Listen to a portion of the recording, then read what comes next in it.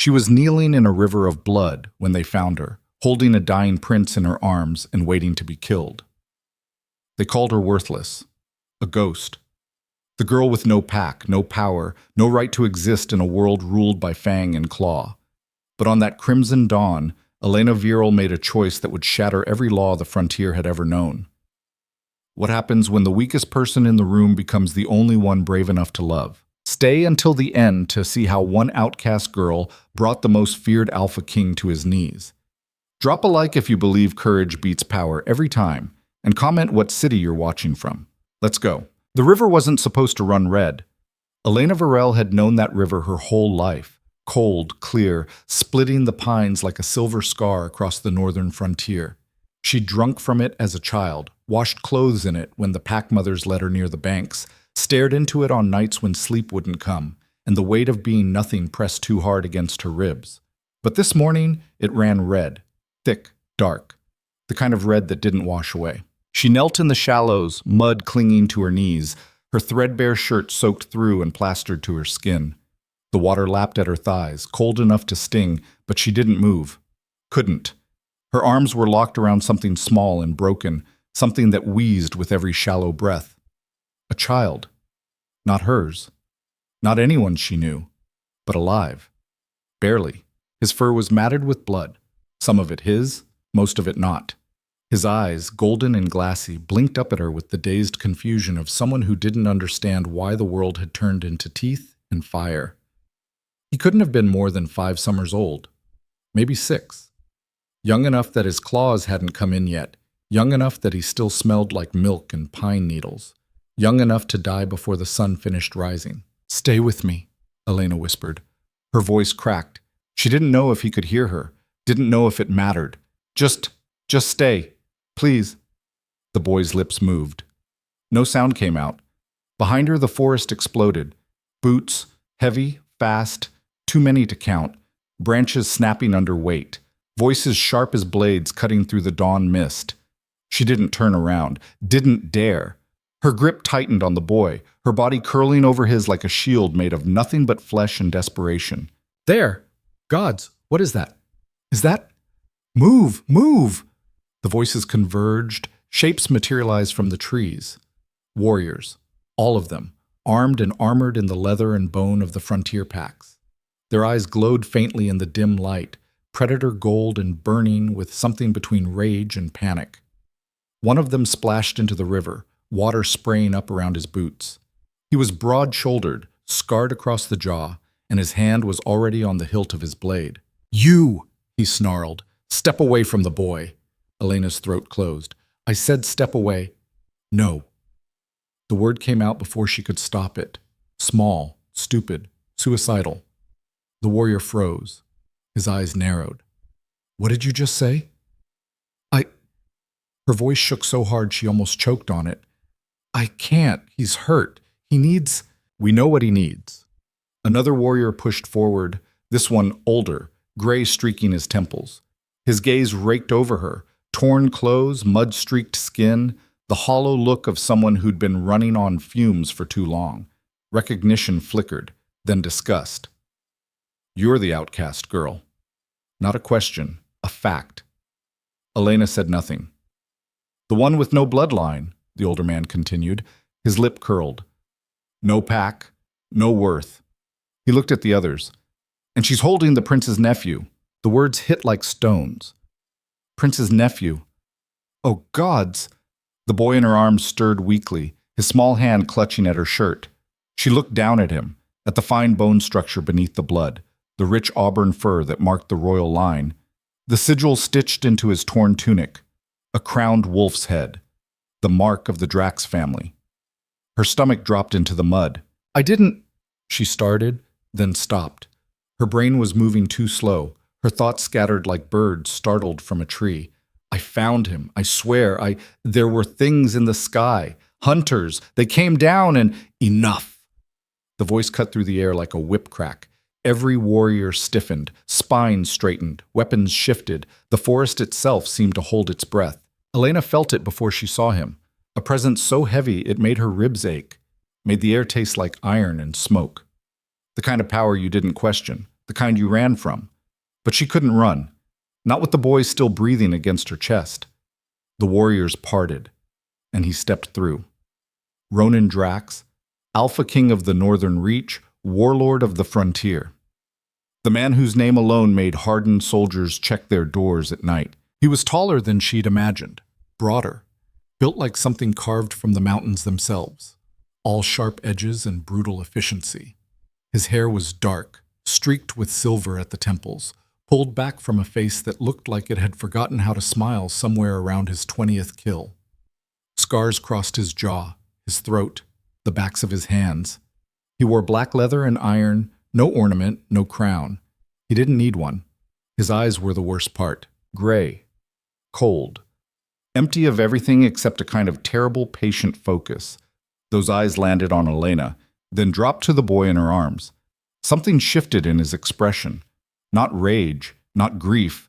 Something colder, more final. He moved forward, slow, deliberate. Water sloshed around his boots as he entered the river, and Elena's entire body locked up with the primal animal need to get away, get away, get away. But she didn't move. Ronan stopped 3 feet from her, close enough that she could see the blood dried beneath his fingernails, the faint tremor in his jaw, close enough to kill her without even trying. "Tell me," he said quietly, "why I shouldn't rip your throat out right now." Elena's mouth opened. Nothing came out. "My nephew," Ronan continued, his voice so soft it was almost worse than shouting, "left the den last night with a hunting party. 6 warriors, all of them trained, all of them alive when they crossed into the thornwood." He tilted his head slightly, studying her like she was a bug pinned to a board. "This morning, we found the warriors dead, torn apart. And my nephew," his gaze flicked down to the boy, and for half a second, something human flickered across his face. Then it was gone. Bleeding out in the arms of a nobody. "I didn't hurt him," Elena said, her voice cracked. "I swear, I was gathering firewood near the boundary when I heard screaming. I ran toward it, and you ran toward the screaming." "Yes." "Not away. She swallowed hard. "There was a child. I heard a child." Ronan stared at her, silent, unreadable. One of the warriors behind him shifted. "Alpha, she's lying. She has to be. There's no way." "She smells like terror," another cut in. "And blood. And—" He sniffed the air, frowning. "Sky hunters." "Sky hunters don't come this far south," the older warrior said flatly. "They do if they're starving," Elena said. She didn't know where the words came from. Exhaustion, maybe, or the kind of reckless clarity that came from knowing you were already dead. "The winter was bad up north. I heard traders talking about it. No game. The packs moved and the hunters followed." Ronan's eyes didn't leave hers. "You heard traders." "I listen." Her chin lifted a fraction. "No one notices me, so I listen." A muscle twitched in his jaw. The boy in her arms made a wet, rattling sound. His breathing hitched, stuttered. Elena's heart slammed against her ribs. "Please," she whispered. She didn't care anymore. Didn't care about pride or sense or survival. "Please, he's dying. I don't care what you do to me. Just help him." Ronan's gaze dropped to the boy again. His expression was unreadable, carved from stone in silence. Then he reached out. Elena flinched. She couldn't help it. But Ronan's hand didn't go to his blade. It went to the boy's throat, 2 fingers pressing gently against the pulse point beneath the blood-matted fur. He was quiet for 3 long heartbeats. Then he pulled his hand back.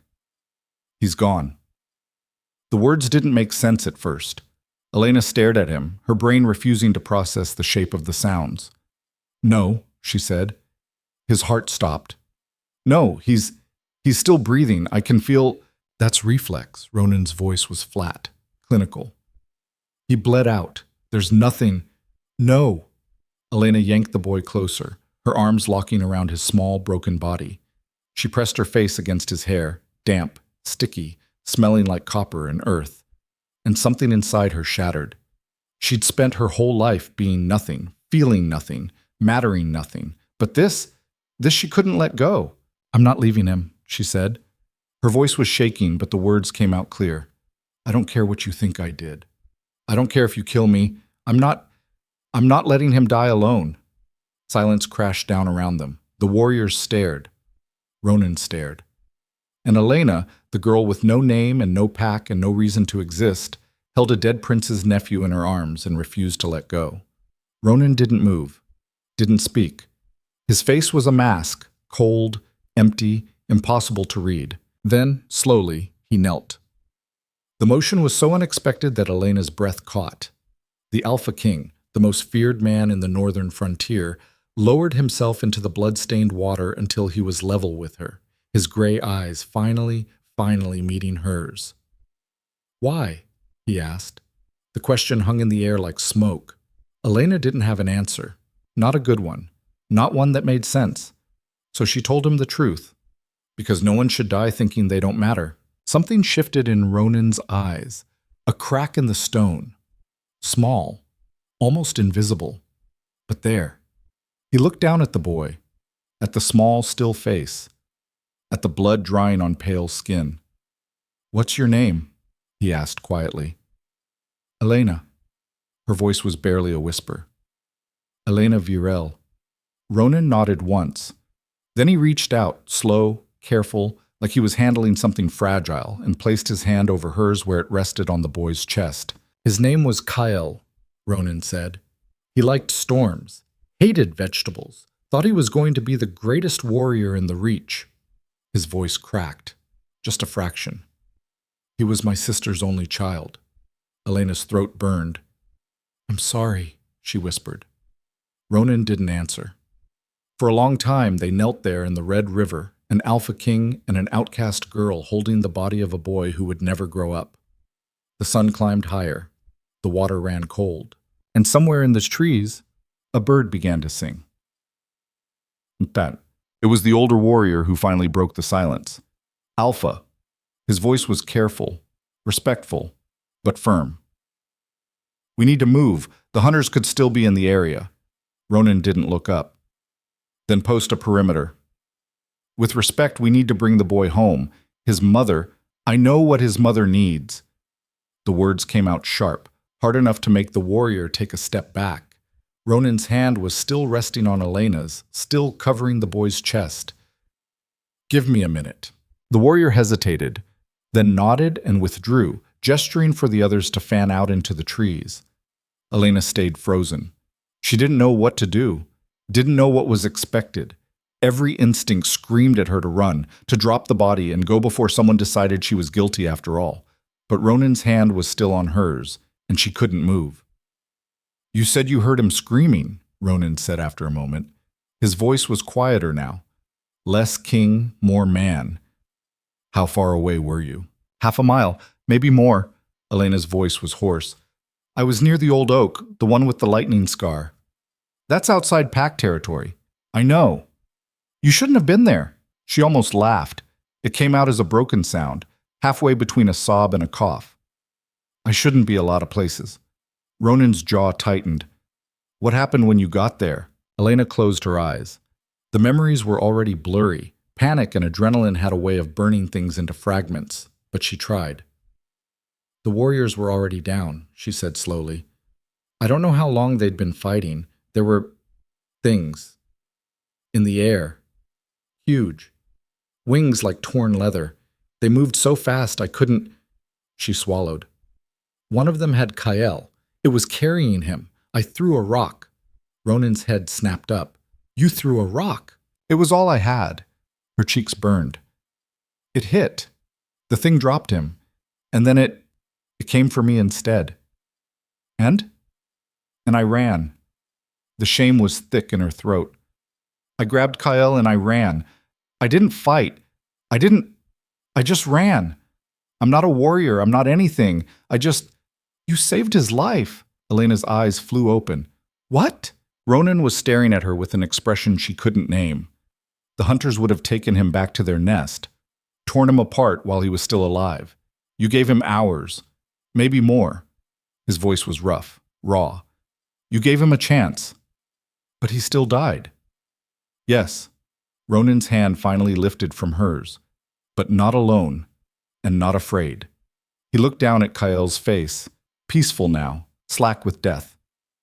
That matters. Elena didn't know what to say. Ronan stood. Water streamed from his clothes, red-tinted and cold. He looked down at her, at the girl still kneeling in the river, still holding his nephew like she had any right to. "Can you stand?" he asked. Elena nodded shakily. Her legs felt like water, but she forced them to work. Slowly, carefully, she rose to her feet, Kyle's body cradled against her chest. He was so small, so light. Ronan watched her, silent. Then he did something that made every warrior in the clearing go rigid with shock. He bowed his head. Not much, just a slight dip of the chin, but from an alpha king, it was the same as kneeling. "Elena Virel," he said quietly, "you will come back with us." Her heart stopped. "What?" "You will help us carry him home. You will stand with the family when we lay him to rest."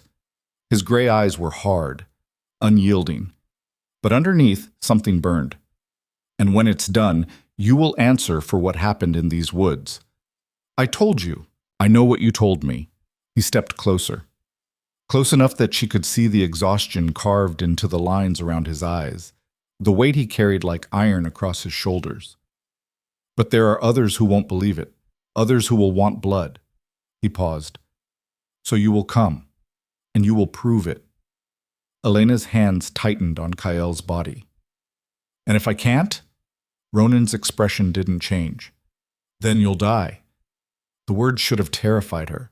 Maybe they did. But louder than the fear was something else. Something stubborn and burning and alive in a way she hadn't felt in years. She lifted her chin. "Okay," she said. Ronan studied her for a long moment. Then he turned to the warriors. "Form up. We're moving out." They obeyed instantly, falling into formation around the clearing, weapons ready, eyes scanning the trees. Professional. Efficient. Like they hadn't just watched their king bow to an outcast. Ronan gestured toward the forest path. "Stay close. Don't fall behind." Elena nodded. She took a step forward, then stopped. "Wait!" Ronan glanced back. She swallowed hard. "Can I—" Her voice broke. "Can I say goodbye?" Something flickered across his face. Then he stepped aside. Elena sank back down to her knees, the cold water soaking through her clothes all over again. She looked down at Kael, at the boy who'd clung to her like she mattered, like she was worth holding on to. And she did the only thing she could think of. She pressed her lips to his forehead, gentle, final. "You were brave," she whispered against his skin. "Braver than anyone. And I'm sorry. I'm so sorry." Her voice cracked on the last word. Then, because she didn't know what else to do, because her mother had done it for her once, a lifetime ago, she sang, soft, shaking, a lullaby in the old tongue that most people had forgotten. "Sleep now, little star. The night will keep you warm. Sleep now, don't be far. You've weathered every storm." Her voice was terrible, off-key and broken, and barely more than a whisper. But she sang anyway. And in the clearing, surrounded by warriors and weapons and the ghosts of violence, something impossible happened. The hardened soldiers, men who'd killed and bled and buried their own dead 100 times over, went still. Ronan's hand, halfway to his sword, froze. And Elena Virel, the girl with no pack and no power and no reason to matter, held a dead prince and sang him into the dark. When the last note faded, the forest was silent. No one spoke. No one moved. Then, slowly, Ronan knelt beside her again. He didn't say anything, didn't touch her. He just stayed. And when Elena finally stood, Kael's body still cradled in her arms, her face wet with tears she hadn't noticed falling, Ronan rose with her. "Let's go home," he said quietly. Elena nodded, and together they walked into the trees. The march back was hell, not because of the distance, though Elena's legs screamed with every step, her muscles shredded from the night's run. Not because of the weight, though Kael's small body seemed to grow heavier with each mile, like grief had mass and it was settling into her bones. It was the silence. The warriors didn't speak, didn't look at her. They moved through the forest like shadows, efficient and cold, their eyes scanning the canopy for threats that never came. And Elena walked in the center of it all, holding a dead child, feeling like a ghost. Ronan stayed close, not beside her, That would have been too much, too strange, but near enough that she could feel his presence like a wall at her back. Steady, immovable. She didn't know if it was protection or surveillance, maybe both. By the time the trees thinned and the settlement came into view, the sun was high and merciless. Elena's vision swam. Her arms had gone numb an hour ago, locked in place by sheer will and nothing else. But she didn't stop. Couldn't. The settlement was bigger than she'd expected, sprawling across a wide valley, bordered by timber walls and watchtowers. Smoke rose from 100 cook fires. The sounds of life drifted on the wind. Hammers on anvils, children laughing, someone singing a working song. It looked normal, peaceful. Elena's stomach twisted. The gates opened as they approached. More warriors poured out, alerted probably by scouts who'd run ahead. They formed ranks, weapons ready, eyes sharp.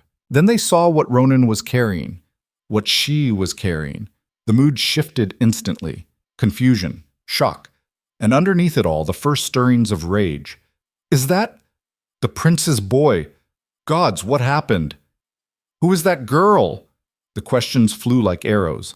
Elena kept her eyes down, her grip on Kyle white-knuckled and desperate. Ronan's voice cut through the noise like a blade. Clear the path. Instant obedience. The warriors stepped aside, forming a corridor that led straight into the heart of the settlement. Ronan walked forward, Elena followed, and behind them, the whispers started. They took Kyle to the Great Hall, a massive structure of stone and timber that dominated the settlement's center. Inside, it was cool and dim, lit by shafts of sunlight streaming through high windows. Elena barely noticed. All she could see was the woman standing in the middle of the room. She was tall, elegant. Her auburn hair, the same shade as Kyle's, was pulled back in a warrior's braid, and her eyes were red-rimmed but dry. She wore leather armor, practical and well-used, and her hands were clenched at her sides. Ronan's sister, Kyle's mother. Elena's heart dropped into her stomach. The woman's gaze locked onto the bundle in Elena's arms. Her face went white. No. The word was barely a breath. Mira, Ronan started. No! Louder now, shaking. No, that's not, he's not. She crossed the room in 3 strides, her hands reaching for Kyle. Elena's instinct was to pull back, to hold on, but Ronan's hand landed on her shoulder. Let go, he said quietly. It was the hardest thing she'd ever done. Her arms unlocked. Kyle's weight shifted, and then Mira was pulling him into her own arms, her face crumpling as she sank to her knees. The sound that came out of her wasn't human. It was raw, animal. The kind of grief that had no language. Elena stood frozen, useless, her empty arms hanging at her sides. Ronan knelt beside his sister, his hand on her back, murmuring something too low for Elena to hear. Mira didn't seem to notice. She was rocking back and forth, Kyle pressed against her chest, her sobs echoing through the hall. Elena wanted to disappear, to sink into the floor and never exist again. But she stayed, because running felt like abandoning him all over again. After what felt like hours, but was probably only minutes, Mira's sobs quieted to ragged breathing. She looked up, her face streaked with tears, and her gaze landed on Elena. For a long, terrible moment, they just stared at each other. Then Mira spoke. You brought him back. Elena's throat closed. She nodded. Why? The question wasn't angry, just hollow, like Mira genuinely couldn't understand. Elena's voice cracked. I couldn't leave him. Why? Because, she swallowed hard. Because he was a child, and he was scared, and you don't even know him. I know. Tears burned in Elena's eyes. I know, but he held on to me, like I was... She couldn't finish. Mira stared at her, silent. Then, slowly, she stood. Kyle's body still cradled in her arms, she crossed the space between them. Elena braced herself, for a blow, for a curse, for anything. Instead, Mira reached out and touched her cheek, just once. Gentle, almost wondering. Thank you, she whispered. And then she was gone, sweeping past Elena and out of the hall, Kyle's small form disappearing into the shadows. Elena stood there, shaking, her cheeks still warm from the touch. Ronan's hand landed on her shoulder again. "Come on," he said quietly. "You need rest." "I need to leave." "You need rest." She turned to look at him, this man who'd threatened to kill her an hour ago, who was now steering her toward a side door like she was something fragile. "Why are you doing this?" she asked. Ronan paused. His gray eyes searched hers. "Because you earned it," he said simply. And before Elena could figure out what that meant, he was guiding her out of the hall and into the light. The room they gave her was smaller than a closet. Stone walls, dirt floor, a single window too narrow for anything larger than a cat to squeeze through. A blanket that smelled like mildew lay folded on a wooden bench that passed for a bed. Elena didn't care. She collapsed onto it the second Ronan left, her body finally giving out after running on nothing but fear and adrenaline for 12 hours straight. Sleep hit her like a fist, black, dreamless, absolute. When she woke, it was dark outside and someone was pounding on the door. "Get up." The voice was male, unfamiliar, hard. Elena jerked upright, her heart slamming against her ribs. For a second, she didn't know where she was. Then it all came rushing back. The river, the boy, the Alpha King kneeling in blood-red water. "I said get up." Another pound. "The council wants you." Council. The word landed in her stomach like a stone. She stood on shaking legs, her muscles screaming in protest. Every part of her hurt, shoulders, back, calves, the place between her ribs where panic had been sitting for hours. She smoothed down her shirt, still damp, still stained, and opened the door. The warrior on the other side was young, maybe 20. His face was all sharp angles and suspicion, and his hand rested on the pommel of his blade like he expected her to bolt. "Move," he said. Elena moved. The council chamber was exactly what she'd feared it would be, a long stone room lit by torches that threw wild shadows across the walls. A semicircle of chairs at the far end, occupied by men and women whose expressions ranged from cold curiosity to open hostility. Warriors lined the perimeter, silent, armed, watching. And at the center of it all, standing beside an empty chair like a pillar of carved granite, was Ronan. He didn't look at her as she entered, didn't acknowledge her at all. His gaze was fixed on the council members, his jaw tight, his whole body radiating the kind of controlled tension that made Elena's survival instincts scream. The young warrior shoved her forward. "The outcast, Alpha." Ronan's eyes flicked to her, just for a second, then back to the council. "Leave us," he said. The young warrior hesitated. "Sir, protocol." "Leave." He left. The door slammed shut behind him, and the silence that followed was suffocating. One of the council members, a woman with iron-gray hair and a scar bisecting her left eyebrow, leaned forward in her chair. Her eyes were the color of old ice. "Elena Virel," she said. The name sounded wrong in her mouth, clinical, like something being dissected. No family name, no bloodline, no pack affiliation. She paused. "Is that correct?" Elena's throat was dry. "Yes." "Speak up." "Yes." Louder this time. It came out harsher than she meant. The woman's eyes narrowed. "Do you know why you're here?" "Because I brought Kael back."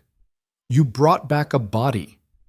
Another council member spoke up, a man with a thick beard and shoulders like a bear. His voice was a low rumble. "There's a difference." "I didn't kill him." "No one said you did." "Then why am I here?" "Because 6 warriors are dead," the scarred woman said flatly. 6 trained soldiers slaughtered in our own territory, and the only survivor— She gestured at Elena like she was something distasteful. "Is a girl with no combat training, no weapons, and no reason to be in the Thornwood in the first place." Elena's hands clenched at her sides. "I told you what happened." "You told the Alpha a story," the bearded man cut in. "Sky hunters, screaming children, running through the woods like some kind of hero." He snorted. "Forgive us if we find that convenient." "Convenient?" "You're an outcast," the scarred woman said. "You survive on scraps, sleep in shacks outside the territory. You've been tolerated because you're harmless. But now—" She leaned back in her chair. "Now a prince is dead, and you're the only witness." The implication hung in the air like smoke. Elena's pulse hammered in her ears. You think I led them into a trap? Did you? No. Then explain how you survived when warriors didn't. I ran, Elena said. The words tasted like ash. I didn't fight. I didn't try to be a hero. I grabbed Kyle and I ran. And the hunters let you go. They were feeding. They didn't care about me. How convenient. Elena's temper flared, hot and sudden and stupid. You want me to apologize for not dying? The room went silent. The scarred woman's expression didn't change, but something cold flickered in her eyes. Watch your tone, girl. Or what? The words were out before Elena could stop them. You'll kill me? You're going to do that anyway. Elena. Ronan's voice cut through the air like a knife. Sharp, controlled, a warning. She turned to look at him. He was staring at her with an expression she couldn't read, something between exasperation and, was that concern? Let them talk, he said quietly. Don't make this worse. Worse than what? Her laugh was bitter. They've already decided I'm guilty. We've decided nothing, the bearded man said. But you're not helping your case. I don't have a case. Elena's voice cracked. I'm an outcast. I don't get a trial. I don't get rights. I get whatever scraps you decide to throw me, and if that's a noose, then fine, but don't pretend this is justice. The scarred woman stood, slowly, deliberately. You're right, she said. Her voice was soft. Deadly. You don't have rights. You have nothing. No pack. No protection. No value. She took a step forward. And yet the Alpha brought you here, put you under guard, kept you alive when any reasonable person would have executed you in the field.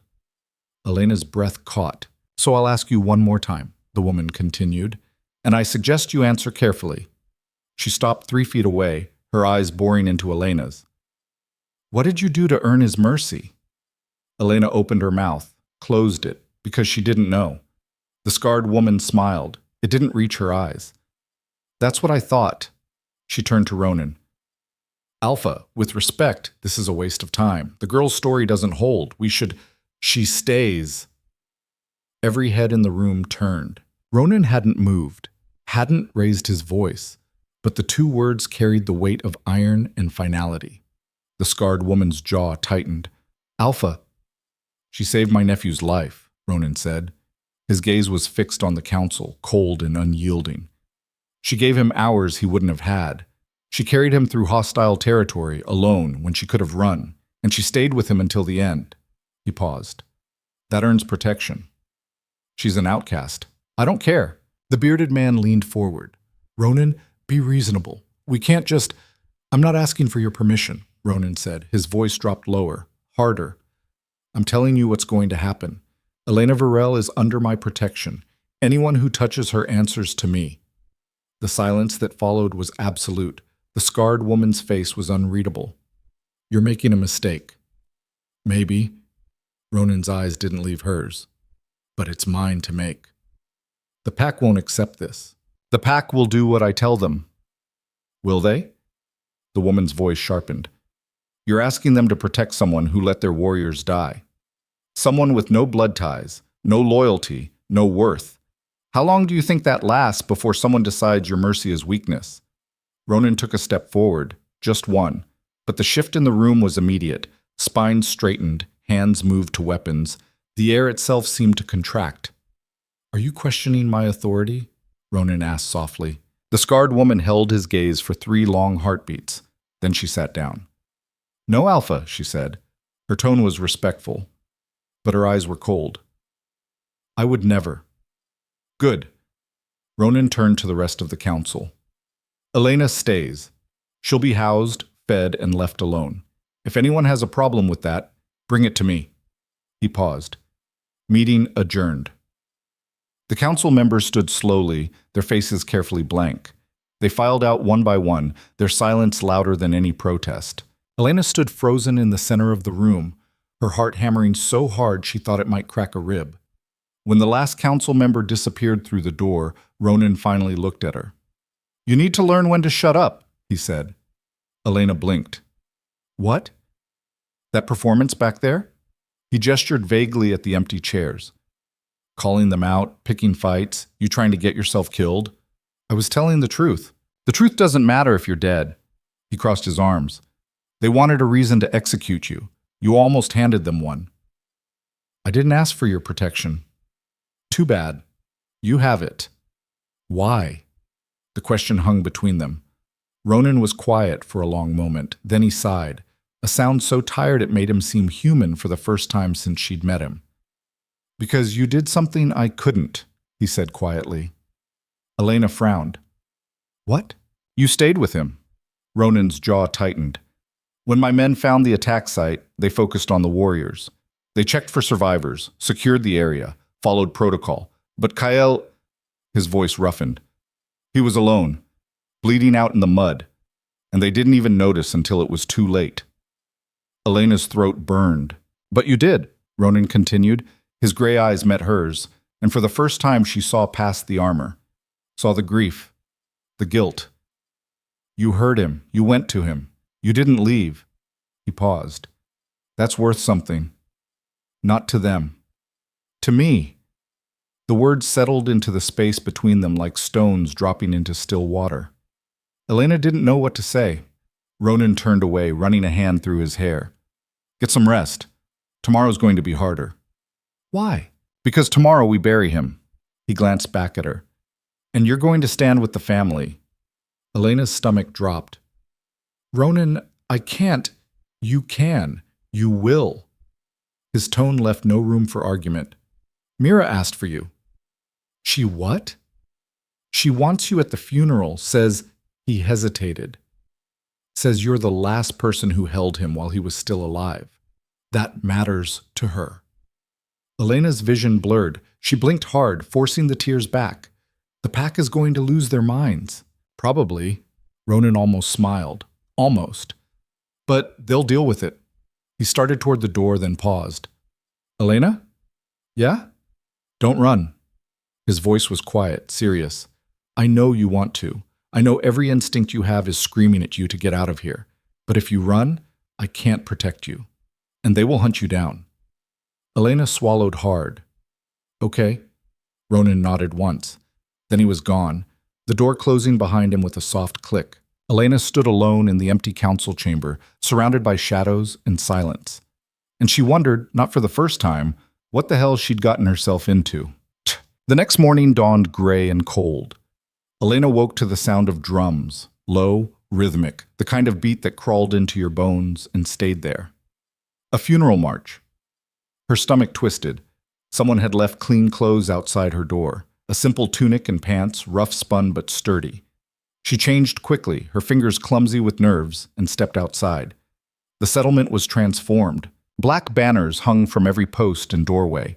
The streets were packed with people, warriors, craftsmen, families, all dressed in dark colors, all moving in the same direction. Toward the northern edge of the settlement, where smoke rose in thin columns against the pale sky. Elena followed the crowd, keeping her head down and her shoulders hunched. No one looked at her directly, but she felt their stares like brands against her skin. Outcast. Stranger. Murderer. The pyre stood in a clearing at the edge of the forest, massive, built from oak and pine, stacked higher than a house. At its base, wrapped in white linen, was a small shape. Kyle. Elena's breath hitched. The crowd formed a wide circle around the pyre, leaving space at the front for the family. Mira stood closest, flanked by Ronan and a handful of others Elena didn't recognize. Her face was pale, carved from marble, and her eyes were dry. Too dry. Like she'd cried herself out and had nothing left. Ronan caught sight of Elena at the edge of the crowd. He gestured, a small, sharp motion. Come here.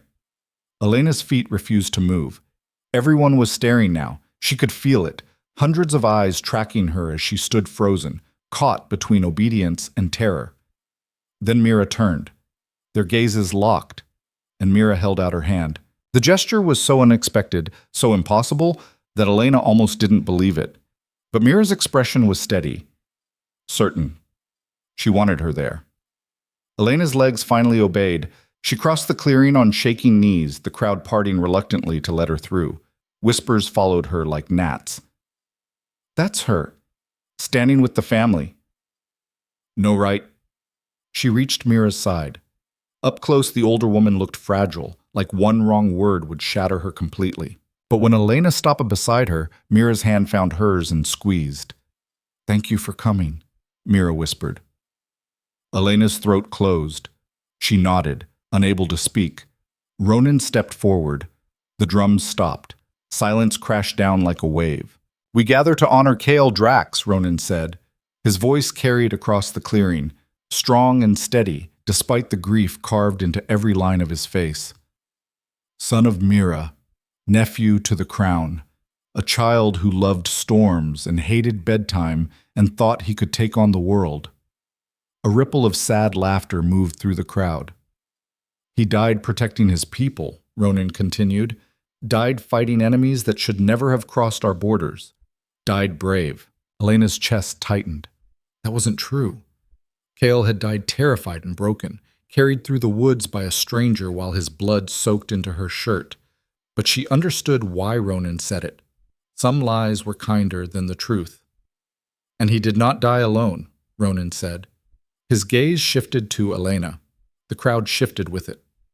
He was carried home, held, comforted in his final moments by someone who owed him nothing and risked everything. Murmurs rose, some approving, most not. Ronan's voice hardened. Elena Viral is under my protection. She stands with this family because she earned that right. Anyone who questions that can take it up with me.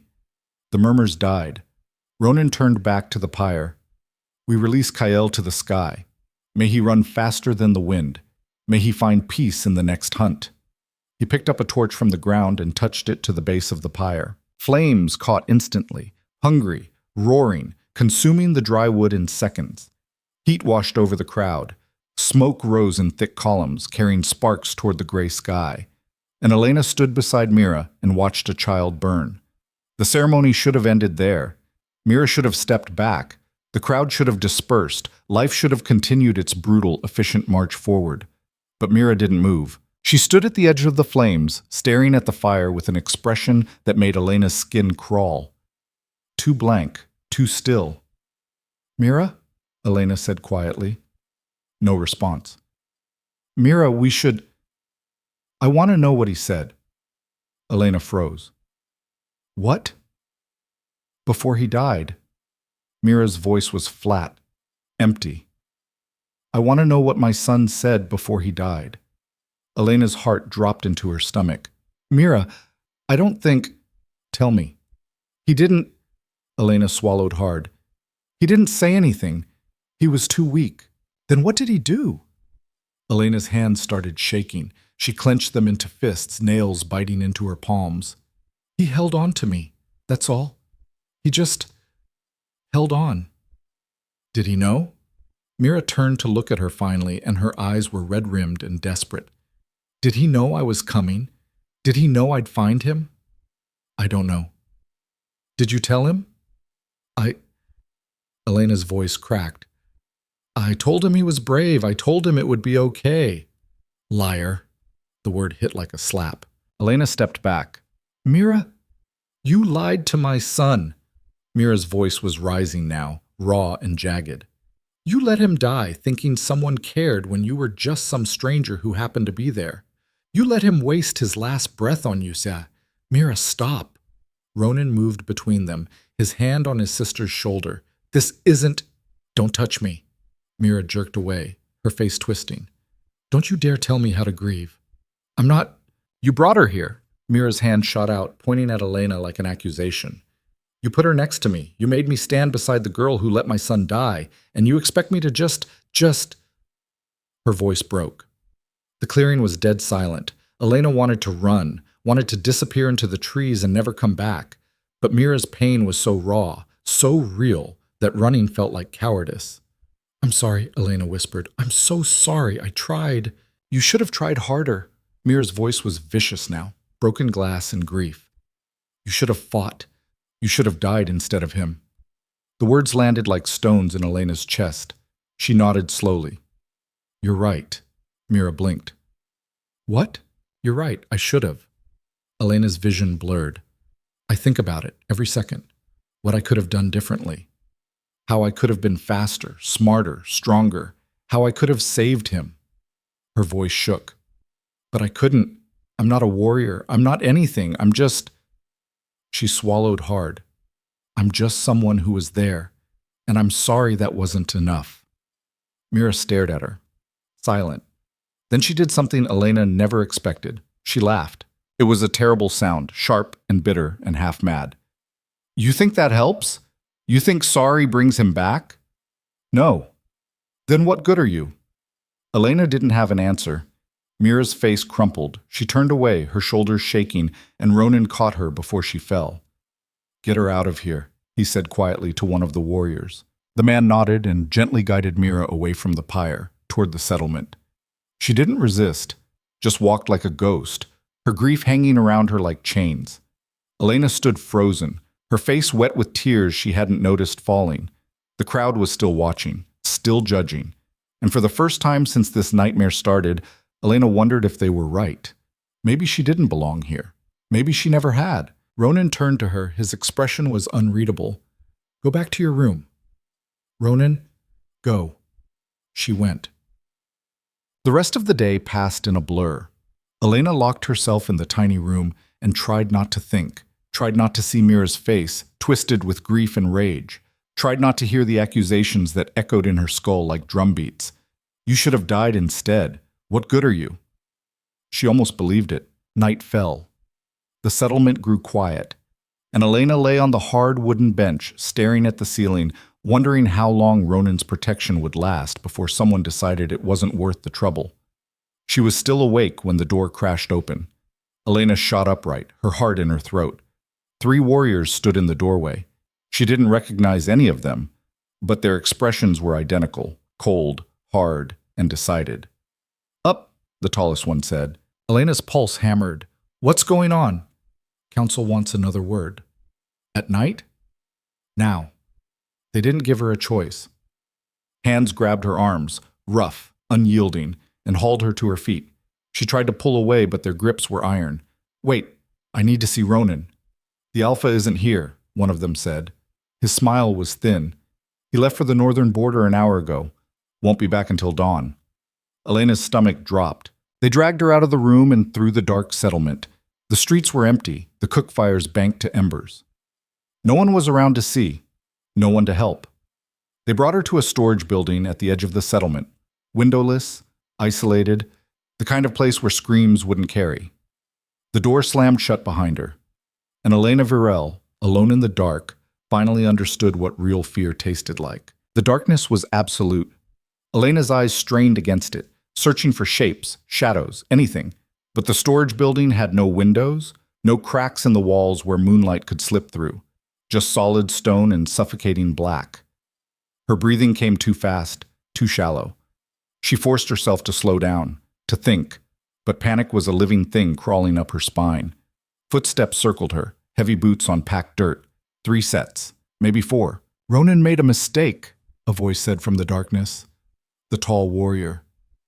Bringing you here, protecting you, making us all look weak. I didn't ask for his protection, Elena said.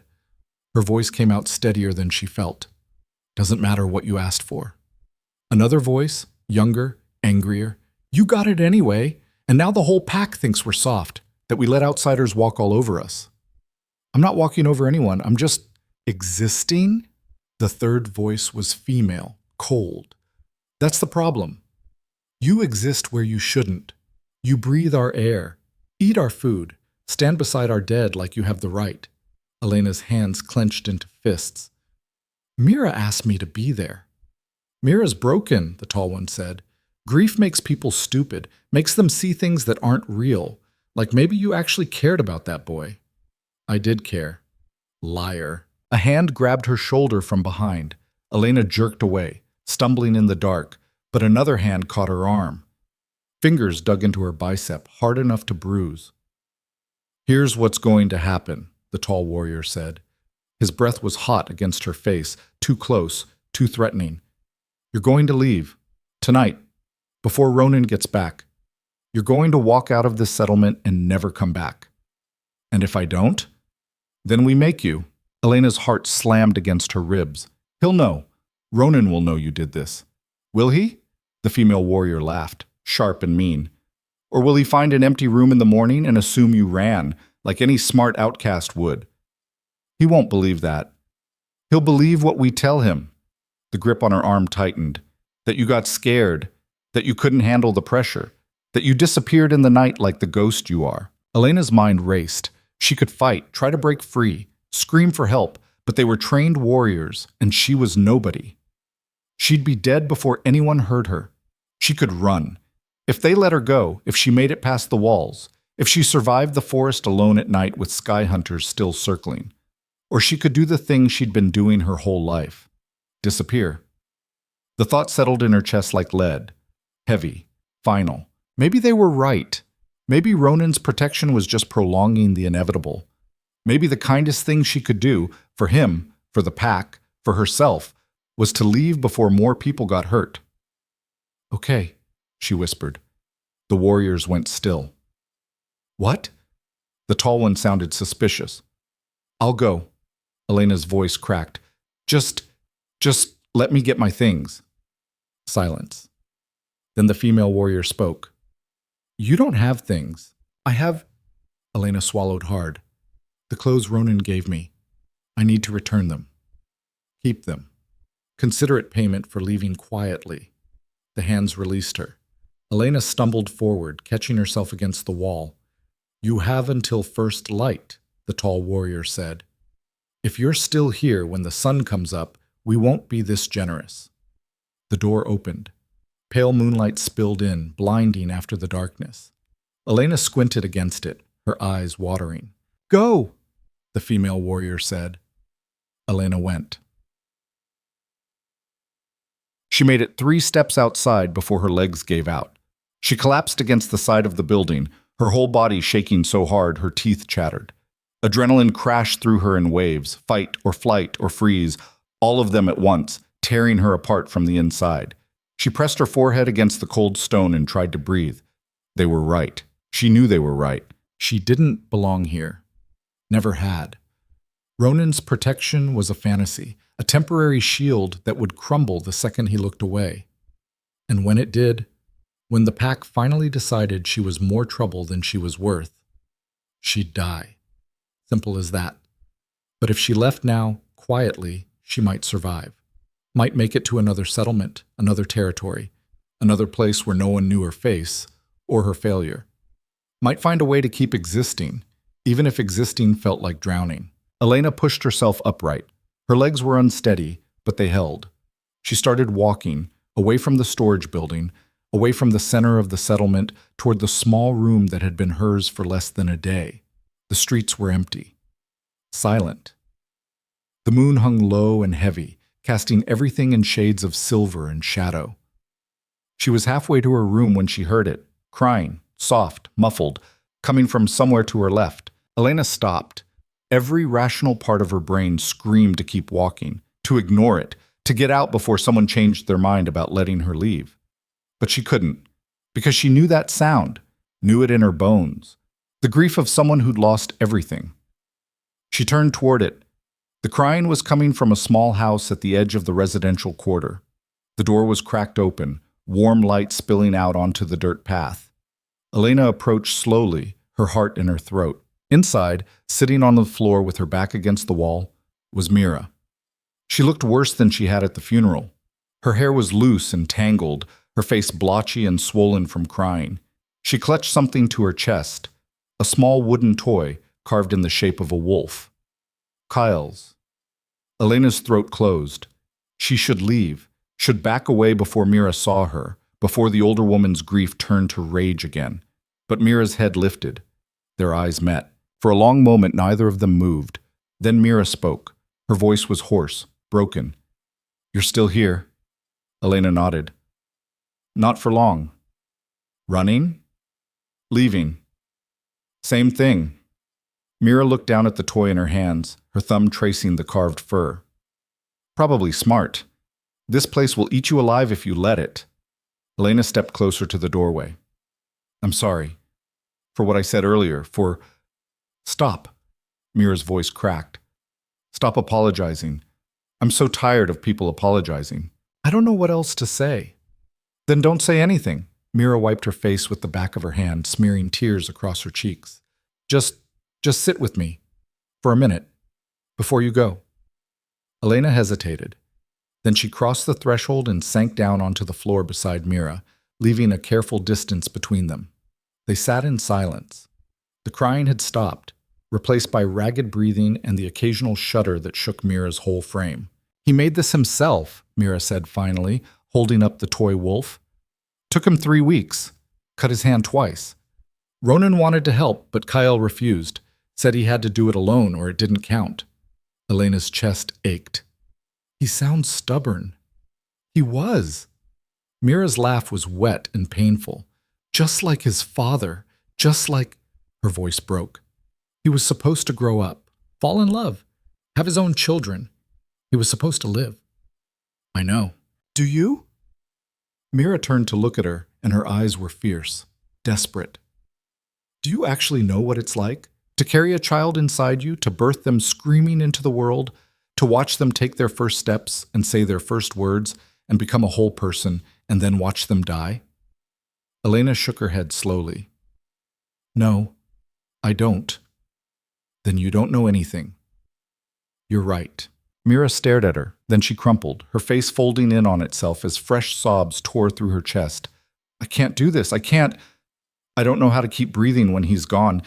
I don't know how to wake up tomorrow and the day after that, and every day for the rest of my life knowing he won't be there. Elena didn't think, just reached out and pulled Mira against her shoulder. Mira collapsed into her, crying like the world was ending. And maybe it was. Maybe for her, it already had. Elena held her, didn't speak, didn't offer empty comfort or false hope, just held on. When Mira finally quieted, her breathing evening out into something almost normal, she pulled back. Her face was a mess, her eyes red and swollen, but something in her expression had shifted. Why are you leaving? She asked. Elena looked away. Because I don't belong here. That's not an answer. It's the only one I have. Mira was quiet for a moment. Then she said, Ronan told me what you did in the woods, how you threw a rock at a sky hunter to save my son. Elena's cheeks burned. It didn't work. It bought him time. It brought him home. Mira's hand found Elena's and squeezed. That's more than anyone else did. Your brother put his life on the line for me, and now his warriors hate him for it. The pack thinks he's weak. The council wants me gone. Elena's voice shook. If I stay, I'm just going to make everything worse. And if you go? Then things go back to normal. Normal, Mira laughed, bitter and sharp. You think there's a normal after this? You think my son dying is something we just move past? Nothing will ever be normal again. Mira's grip tightened. So if you're leaving because you think it'll fix something, you're wrong. If you're leaving because you're scared, she paused, then you're human, but you're still wrong. Elena frowned. I don't understand. You stayed with Kyle when no one else would. You held him when he was dying. You sang to him. Mira's eyes were fierce now, burning.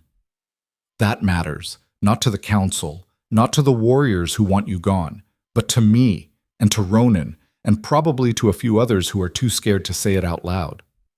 That's not enough. Maybe not? Mira released her hand. But running won't change anything. You'll still be the girl who carried a dying prince through the woods. You'll still be the one who made an alpha king question everything he thought he knew about strength and worth. Elena's throat burned. I didn't mean to. I know. Mira stood, her movement stiff and exhausted. But you did. And now you have a choice. Keep running, keep being nothing, or stay and prove that maybe, just maybe, there's another way to survive in this place. She held out her hand. Elena stared at it, at the calluses, the scars, the strength wrapped in grief. Then she took it. Mira pulled her to her feet. The warriors who dragged you out tonight, they'll come for you again. You know that, right? Elena nodded. And the council will keep pushing, keep testing Ronan's patience, keep looking for reasons to execute you. I know. And you're still going to stay. It wasn't a question. Elena took a shaky breath. I think so. Yeah. Mira smiled. It was small, broken, but real. Good. Because I need you to do something for me. What? Survive. Mira's voice was fierce. Survive long enough to prove them all wrong. Can you do that? Elena didn't know, didn't have a plan or a strategy or even a reason to believe it was possible, but she nodded anyway. Okay, she whispered. Mira squeezed her hand once more, then let go. Get some rest. Tomorrow's going to be brutal. Elena turned to leave, then stopped. Mira? Yeah? Thank you for... She swallowed hard. For not hating me. Mira's expression softened. I tried. It didn't stick. She paused. Now go, before I change my mind. Elena left. But as she walked back through the dark settlement, something had shifted inside her chest. The fear was still there. The doubt. The certainty that she was walking toward her own destruction. But underneath it all, buried deep, was something new. Defiance. She made it back to her room just as the first hint of dawn touched the horizon. The door was still unlocked. Inside, everything was exactly as she'd left it. The rough blanket, the wooden bench, the single narrow window. Elena collapsed onto the bench and stared at the ceiling. She'd made her choice. For better or worse, she was staying. Now she just had to survive long enough to see if it mattered. Sleep pulled at her, heavy and insistent, but she fought it. If the warriors came back, if they decided to make good on their threat, she needed to be ready. But the hours passed, and no one came. The sun climbed higher. Voices drifted in from outside, the settlement waking up, people starting their day, life grinding forward with brutal efficiency. And then the door slammed open. Elena jerked upright, her heart in her throat. Ronan stood in the doorway. His clothes were splattered with mud and what looked like blood. His face was carved from stone, his gray eyes burning with something between fury and exhaustion. Tell me the truth, he said. His voice was quiet, deadly. Did you try to leave last night? Elena's mouth went dry. How did you... The guard saw you, walking toward the gates, then turning back. He took a step into the room. So I'll ask again. Did you try to leave? She could lie, should lie, but something in his expression told her he already knew the answer. Some of your warriors paid me a visit, she said quietly. They suggested it would be healthier for everyone if I disappeared. Ronan went very still. Which warriors? I don't know their names. Describe them. Elena did. Every detail she could remember. Height, build, the scar on the female warrior's neck, the way the tall one's voice sounded like gravel. Ronan's jaw tightened with each word. By the time she finished, his hands were clenched into fists at his sides. They threatened you, he said. Yes. And you were going to leave. Elena swallowed. I thought about it. But you didn't. No. Why not? Elena looked down at her hands. They were still shaking slightly. Because Mira asked me to survive, and I think I want to try. Ronan was quiet for a long moment. Then he turned and walked out of the room. Wait! Elena scrambled to her feet. Where are you going? To have a conversation. Ronan, don't. But he was already gone, his footsteps echoing down the corridor like thunder.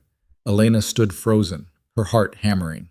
Then she made a decision that was probably stupid and definitely reckless. She followed him. The central square was packed by the time Elena arrived. Word had spread fast.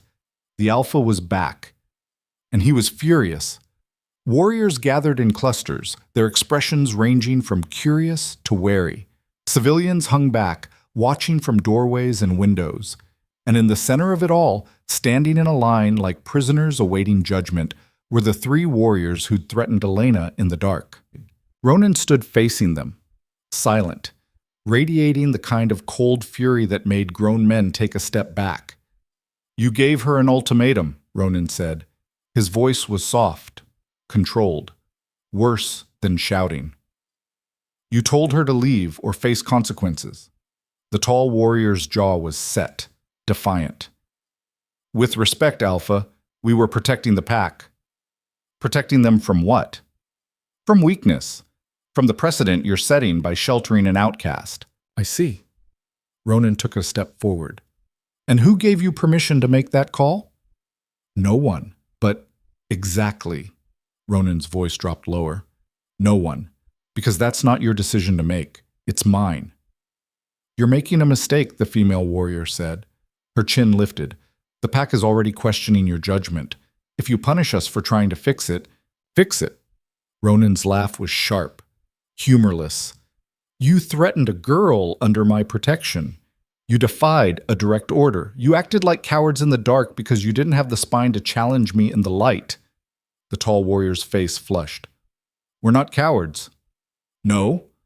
Ronan gestured to Elena, standing at the edge of the crowd. Then say it to her face. Tell her she doesn't belong here. Tell her she should die for the crime of surviving. Go ahead. The warrior's gaze shifted to Elena. His expression twisted, shame and anger and something uglier, but he said nothing. That's what I thought. Ronan turned to address the crowd. His voice carried across the square, strong and unyielding. Let me make something very clear. Elena Varel is under my protection. Anyone who touches her, threatens her, or tries to force her out answers to me. Not the council, not pack law. Me. Murmurs rippled through the crowd. The scarred councilwoman stepped forward from the gathered onlookers. Alpha, with respect, you're asking us to ignore centuries of tradition. Outcasts don't— I'm not asking. Ronan's eyes locked on hers. I'm telling you, Elena stays. That's final. And if the pack refuses to accept it, then the pack can take it up with me. He paused.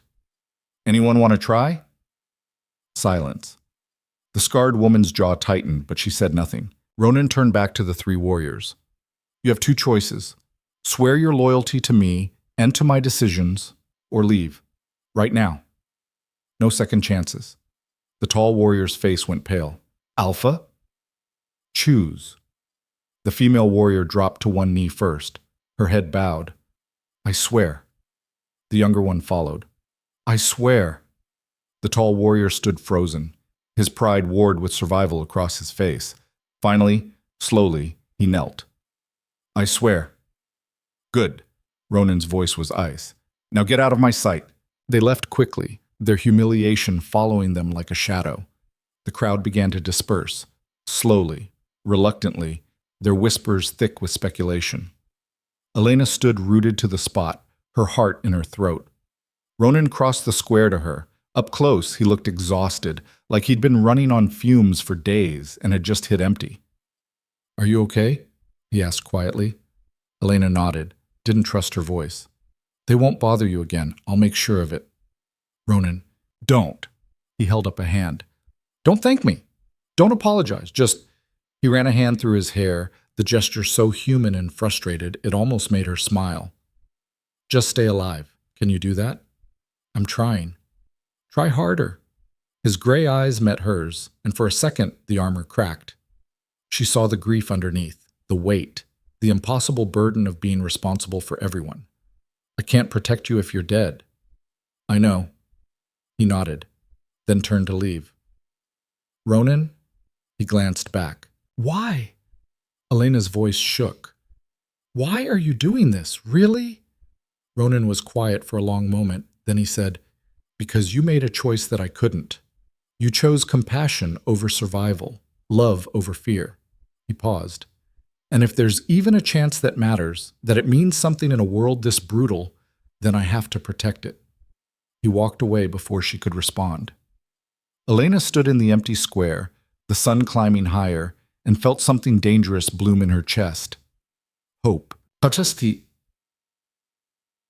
next 3 days were hell. The pack didn't accept her, not even close. They tolerated her, barely, because Ronan left them no choice. But the looks, the whispers, the way people crossed the street to avoid her made it clear exactly what they thought. Outcast. Stranger. Mistake. Elena kept to herself, stayed in her room except for meals, which she ate alone in the corner of the communal hall while warriors stared and civilians muttered. She was surviving, barely, but she was still alive. On the 4th day, Mira found her. Come with me, she said. No preamble, no explanation. Elena followed. Mira led her to the training grounds, a wide dirt field at the edge of the settlement where warriors practiced combat. A dozen fighters were already there, sparring in pairs, their movements fast and brutal. Mira stopped at the edge of the field and turned to Elena. "You're going to train." Elena blinked. "What?" "You heard me. Starting today, you learn to fight." "I'm not a warrior. Not yet."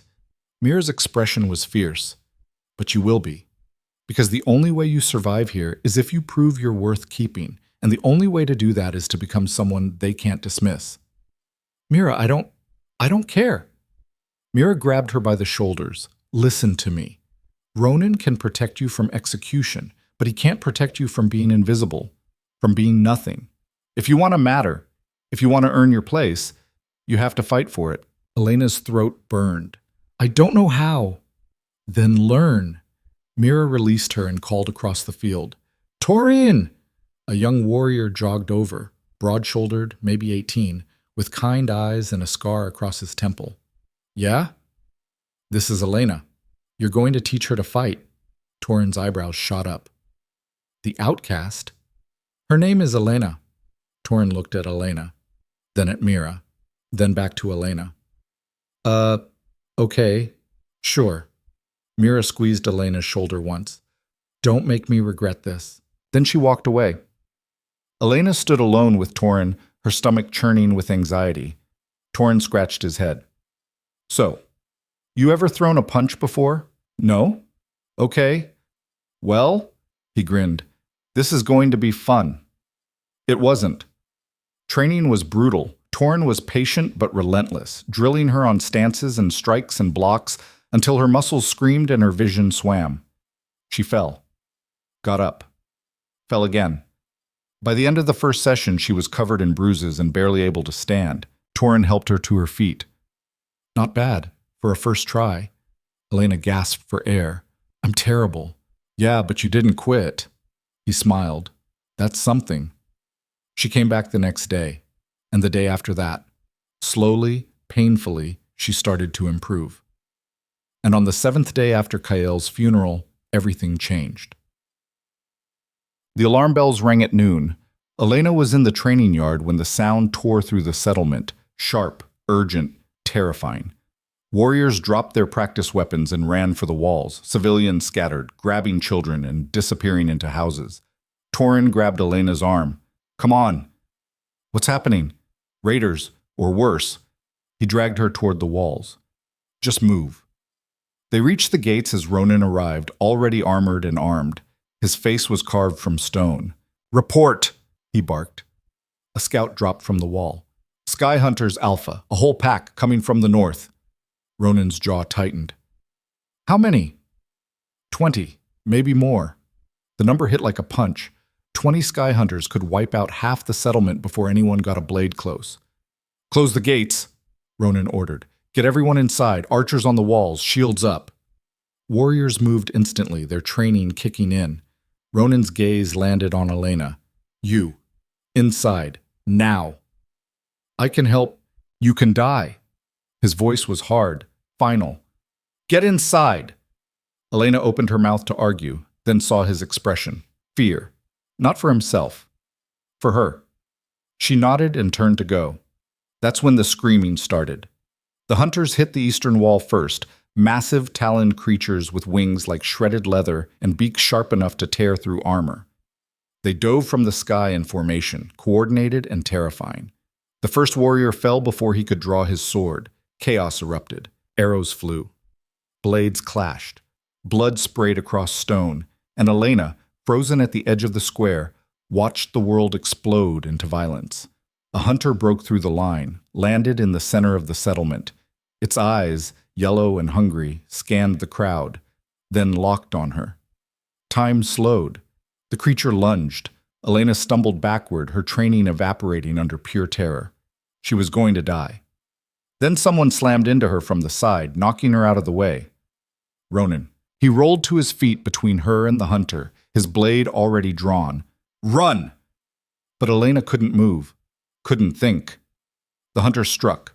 Ronan blocked, barely, the impact driving him back 3 steps.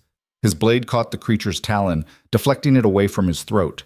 But the second talon raked across his side. Blood bloomed across his armor. Elena's vision went white with panic. She didn't think, just grabbed the nearest weapon, a training blade someone had dropped, and threw herself at the hunter. The creature turned, saw her, shrieked, and Elena Virel, the girl with no training and no right to survive, drove the blade into its eye. The hunter screamed, thrashed. Its wing caught her across the chest and sent her flying. She hit the ground hard enough to crack ribs. Pain exploded through her torso. But the hunter was down, dying, its massive body convulsing in the dirt. Ronan stared at her, blood dripping from his side, his expression unreadable. Then he smiled, small, fierce, proud. "Good," he said, and collapsed. Elena didn't remember moving. 1 second she was on the ground, ribs screaming, vision blurring. The next she was on her knees beside Ronan, her hands pressed against the wound in his side where blood was pumping out too fast, too dark. "No, no, no!" Her voice cracked. "Ronan, stay with me. Stay." His eyes were open but unfocused. His breathing came in short, wet gasps. The slash had gone deep, through the gap in his armor, straight into the muscle and whatever lay beneath. "Elena!" His hand found hers, gripped weakly. "Get inside." "Shut up." She pressed harder on the wound. Blood welled between her fingers, hot and sticky. "You're not dying. You don't get to die." Around them, the battle raged. Hunters shrieked. Warriors shouted. Steel rang against talon. But Elena's entire world had narrowed to the man bleeding out under her hands. "Healer!" She screamed the word so loud her throat tore. "I need a healer!" Torin appeared out of nowhere, his face pale. "Oh, gods! Help me!" Elena grabbed his shirt with one blood-stained hand. "Help me get him inside. He's too heavy. We need... now!" Something in her voice made him obey. Together they hauled Ronan upright, Elena taking his weight on one side, Torin on the other. Ronan's head lolled against her shoulder, his breath hot against her neck. They half carried, half dragged him toward the great hall. Every step sent fresh blood streaming down Elena's arms. She could feel his pulse under her fingers. Too fast, too weak, fading. "Don't you dare," she whispered against his ear. "Don't you dare leave me here alone." His only response was a wet cough. They burst through the doors of the great hall.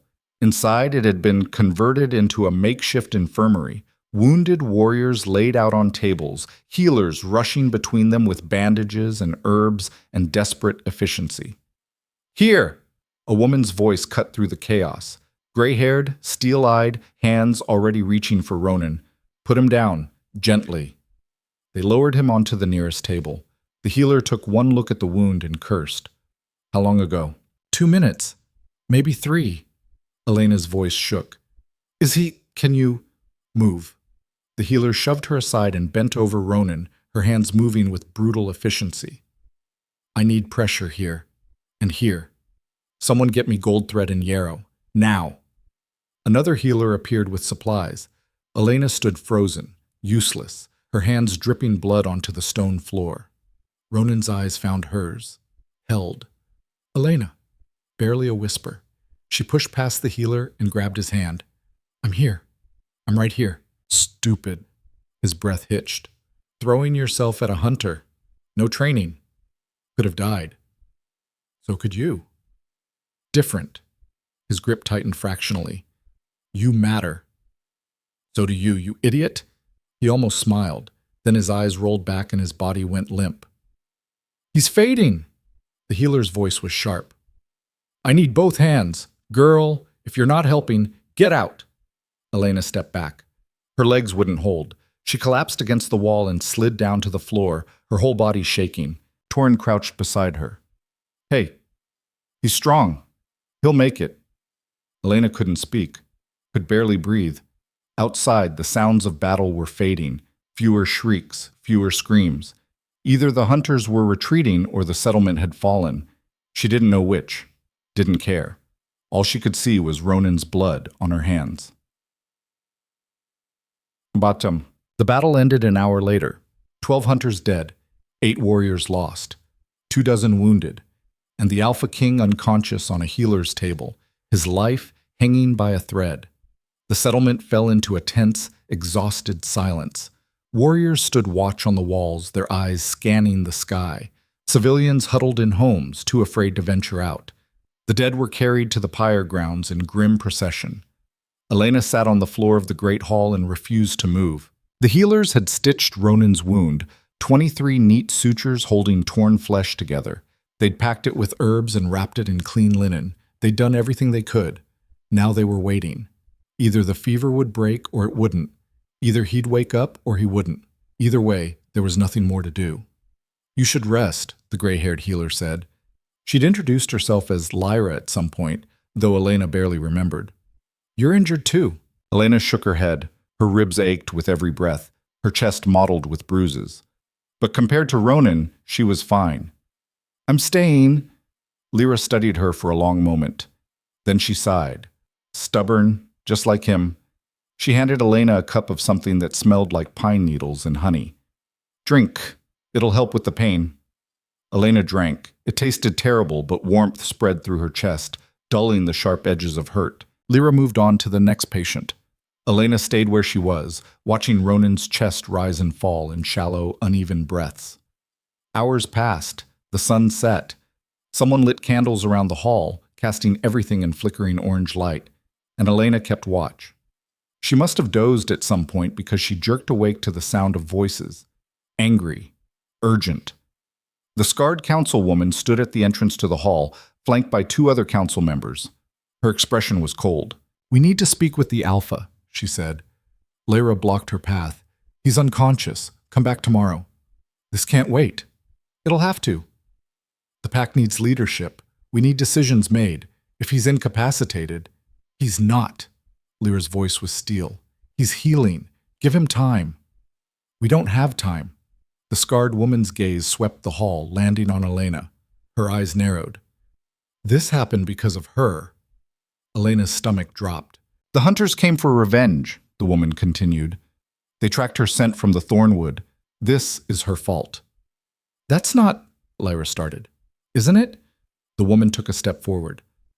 "She survived the first attack, led them straight back here, and now our Alpha is dying because he chose to protect her instead of the pack."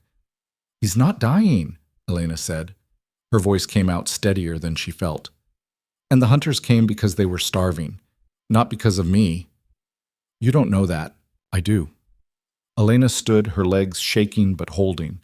"I've been tracking them, listening. They're desperate. The herds moved south and they followed. We just happened to be in their path."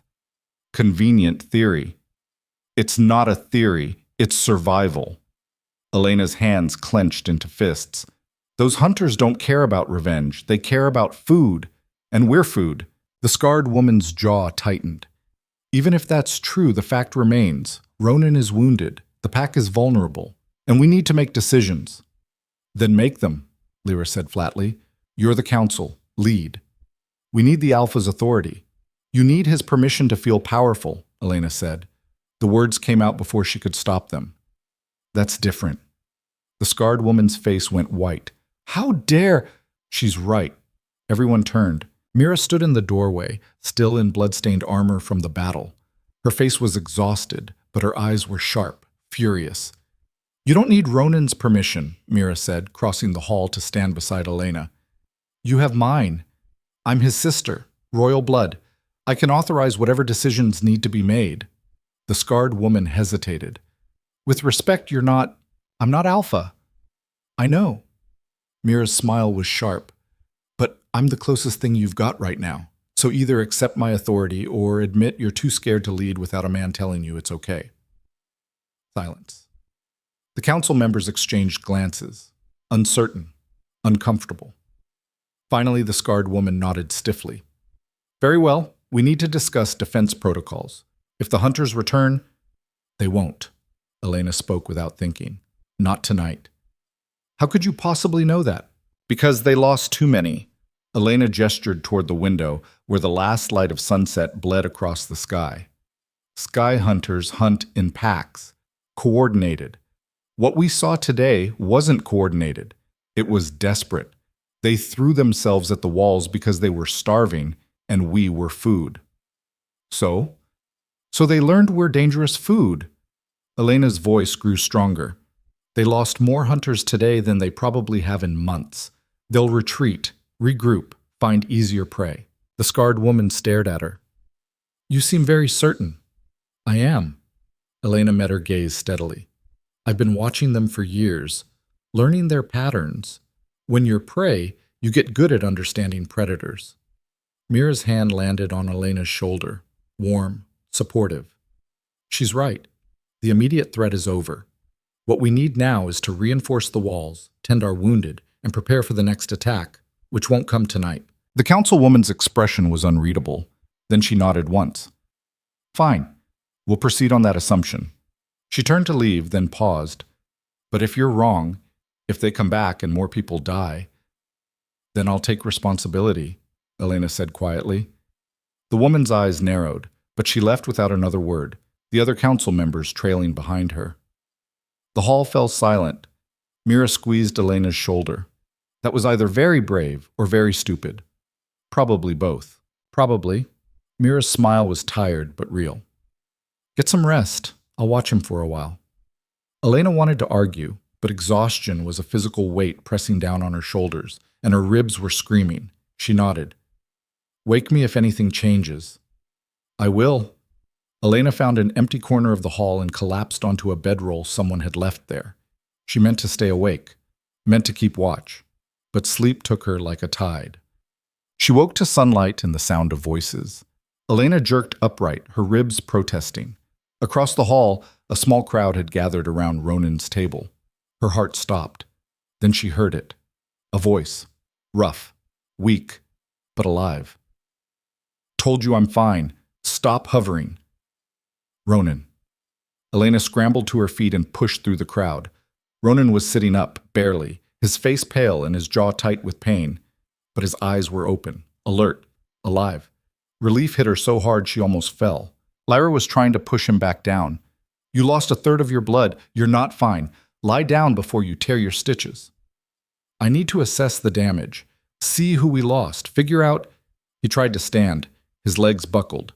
Elena caught him before he hit the floor. Idiot, she muttered, helping him sit back down. You've been unconscious for 12 hours. Give yourself 5 minutes before you try to save the world. Ronan blinked at her. You're still here. Where else would I be? I don't know. Sleeping, eating, not covered in my blood? Elena looked down at herself. He was right. Her clothes were stiff with dried blood, her hands stained rust brown. She probably smelled like a battlefield. I'll clean up later, she said. First you need to rest. I need to rest. Her voice was firm. The settlement's fine. Mira handled the council. The hunters retreated. Everyone's alive. Except the ones who aren't. His expression darkened. How many? 8 warriors, 12 hunters. Ronan closed his eyes. His jaw worked. Names? Lyra rattled them off. Warriors Elena barely knew, people who'd stared at her with suspicion and contempt. But Ronan knew them, knew their families, knew what losing them meant. When Lyra finished, Ronan was quiet for a long moment. Then he looked at Elena. You killed a hunter. I got lucky. No. His hand found hers, squeezed weakly. You were brave, reckless, completely untrained, but brave. Her voice cracked. You were bleeding. I couldn't... I know. His thumb traced circles on the back of her hand. Thank you. Elena didn't trust herself to speak, just nodded. The crowd began to disperse, giving them space. Lyra checked Ronan's bandages one more time, pronounced him stable, and moved on to the next patient. Elena stayed. You should have run, Ronan said quietly. When the hunters attacked, you should have gotten inside like I told you. Probably. So why didn't you? Elena looked at their joined hands. His fingers were calloused and scarred, marked by years of violence. Hers were small and soft and useless, except they'd driven a blade into a hunter's eye. Because you didn't run either, she said finally. You threw yourself between me and that thing. You got hurt protecting me. I couldn't just... She swallowed hard. I couldn't let you die for me. I'm the alpha. It's my job to protect the pack. I'm not Pack, aren't you? His gray eyes met hers, steady and serious. You fought beside us, bled beside us, killed for us. That sounds like Pack to me. Elena's throat burned. The council doesn't think so. The council can go to hell. Ronan winced as he shifted position. Elena, listen to me. What you did yesterday, throwing yourself at a hunter with no training, no backup, nothing but a training blade and sheer stupidity. I know, it was reckless. It was Pack. His grip tightened. That's what we do. We protect each other. We fight for each other. We choose each other even when it's terrifying and stupid and impossible. He paused. You did that. For me. That makes you Pack.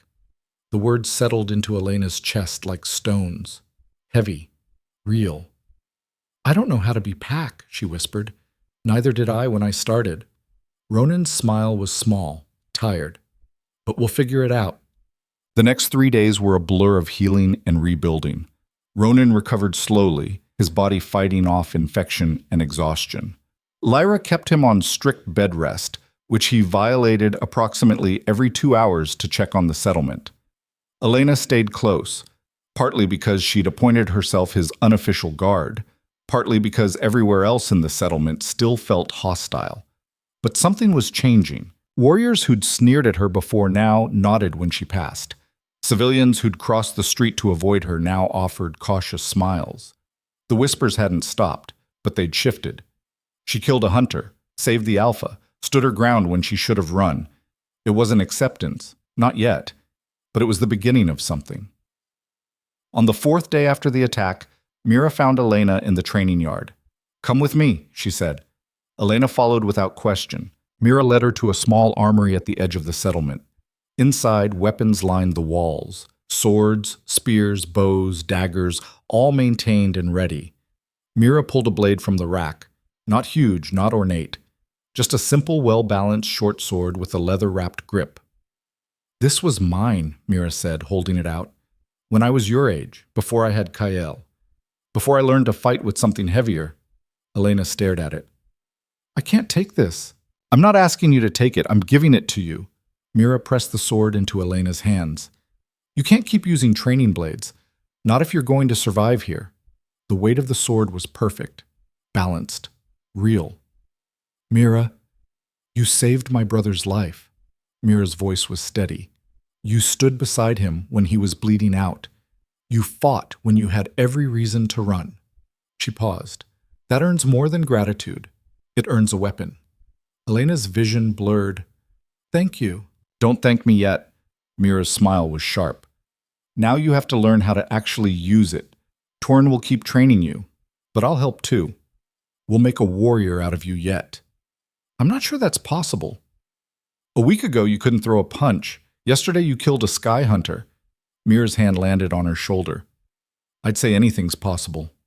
That night the council called an emergency meeting. Elena wasn't invited, but Ronan was, and he insisted she come with him. You're still injured, Lyra protested. You shouldn't be walking. Then I'll crawl. Ronan was already on his feet, one hand pressed to his bandaged side. This meeting concerns Elena. She has a right to be there. Lyra threw up her hands in frustration, but she didn't stop him. The council chamber was packed when they arrived. Not just council members, warriors, craftspeople, families. The whole settlement, or close to it. The scarred woman stood at the front, her expression carved from ice. Alpha, you shouldn't be out of bed. I'm here. Ronan's voice was steady despite the pain etched into his face. What's this about? The pack has questions, concerns. The woman's gaze shifted to Elena. About her. Elena's stomach dropped. Then ask them, Ronan said. His hand found Elena's and squeezed. A silent message. I'm here. You're not alone. A warrior near the front stood, young, broad-shouldered, one of the ones who'd fought beside Elena during the attack. She killed a hunter, saved the alpha. That counts for something. It counts for one good act, another voice called out. Doesn't erase everything else. What else? Mira stepped forward, her voice sharp. What exactly has she done that needs erasing? Murmurs? Uncomfortable shuffling. Finally, an older man spoke. She's an outcast, no bloodline, No ties. We don't know where she came from or why. I came from the Eastern Territories, Elena said. Her voice shook, but she forced herself to keep going. My parents died when I was 6. Fever. I've been on my own ever since, moving from settlement to settlement, taking whatever work I could find, surviving. And now you want to stay here, the scarred woman said. Elena swallowed. Yes, I do. Why? The question hung in the air. Elena looked around the room, at the faces watching her, some hostile, some curious, some cautiously hopeful. Then she looked at Ronan, at Mira, at Torin standing near the back, his expression encouraging. Because for the first time in my life, I feel like I might belong somewhere, she said quietly. I know I'm not Pack. I know I have no right to ask, but I want to try. I want to earn my place here. And if we say no? Elena's hands clenched into fists. Then I'll leave. But I'm asking you to give me a chance first. Silence. Then Torin spoke up. I'll vouch for her. She's been training hard, getting better every day. She's got potential. I'll vouch for her too, Mira said. She's shown more courage than half the warriors in this room. More voices joined. Not many, but enough. The scarred woman held up a hand. Enough. This is the Alpha's decision, not ours. She turned to Ronan. What do you say? Ronan's grip on Elena's hand tightened. Then he released her and stepped forward. Elena Viral fought beside us, he said, his voice carrying across the chamber. She bled for us. She killed for us. She risked her life when she had every reason to run. That's not the action of an outsider, that's Pack. He paused, his gaze sweeping the room. I'm not asking you to accept her out of pity or obligation. I'm asking you to see what I see. Someone who chose us when she had nothing to gain. Someone who fought when she had no training. Someone who stayed when everyone else would have run. His voice dropped lower, harder. And if that's not enough, if you still need proof of her worth, then you're looking in the wrong place. Because the problem isn't her. It's you. The chamber went dead silent. Elena's heart hammered against her ribs. The scarred woman's expression was unreadable. You're asking us to change centuries of tradition. I'm asking you to recognize that tradition isn't always right. Ronan's jaw was set. Elena stays, she trains, she fights. And when she's ready, she takes the Pack oath like anyone else. And if she fails, then she fails. But she deserves the chance to try. The woman studied him for a long moment. Then she looked at Elena. You understand what this means? The oath is binding.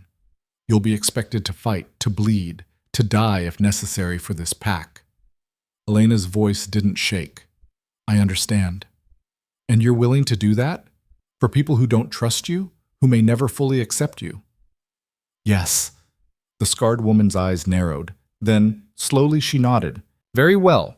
You have 6 months. Train, prove yourself. Then we'll revisit this conversation.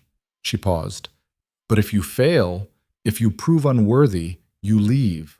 No arguments, no second chances. Understood? Elena nodded. Understood. The meeting adjourned. People filed out slowly, their expressions ranging from skeptical to cautiously optimistic. Elena stood in the center of the chamber, her whole body shaking with relief and terror. Ronan's hand landed on her shoulder. You okay? I have no idea. She laughed, sharp and a little hysterical. 6 months. They gave me 6 months. It's 5 months and 3 weeks longer than I expected. His smile was small, proud. You're going to be fine. How do you know? Because you're still here. He squeezed her shoulder gently. That's already more than most people would do. Mira appeared beside them. Come on, let's get you both some food. You look like you're about to fall over. They walked out of the chamber together, an alpha, his sister, and an outcast girl who'd just been given the most impossible chance of her life. And for the first time since this nightmare began, Elena felt something dangerous bloom in her chest. Not hope. Something stronger. Determination.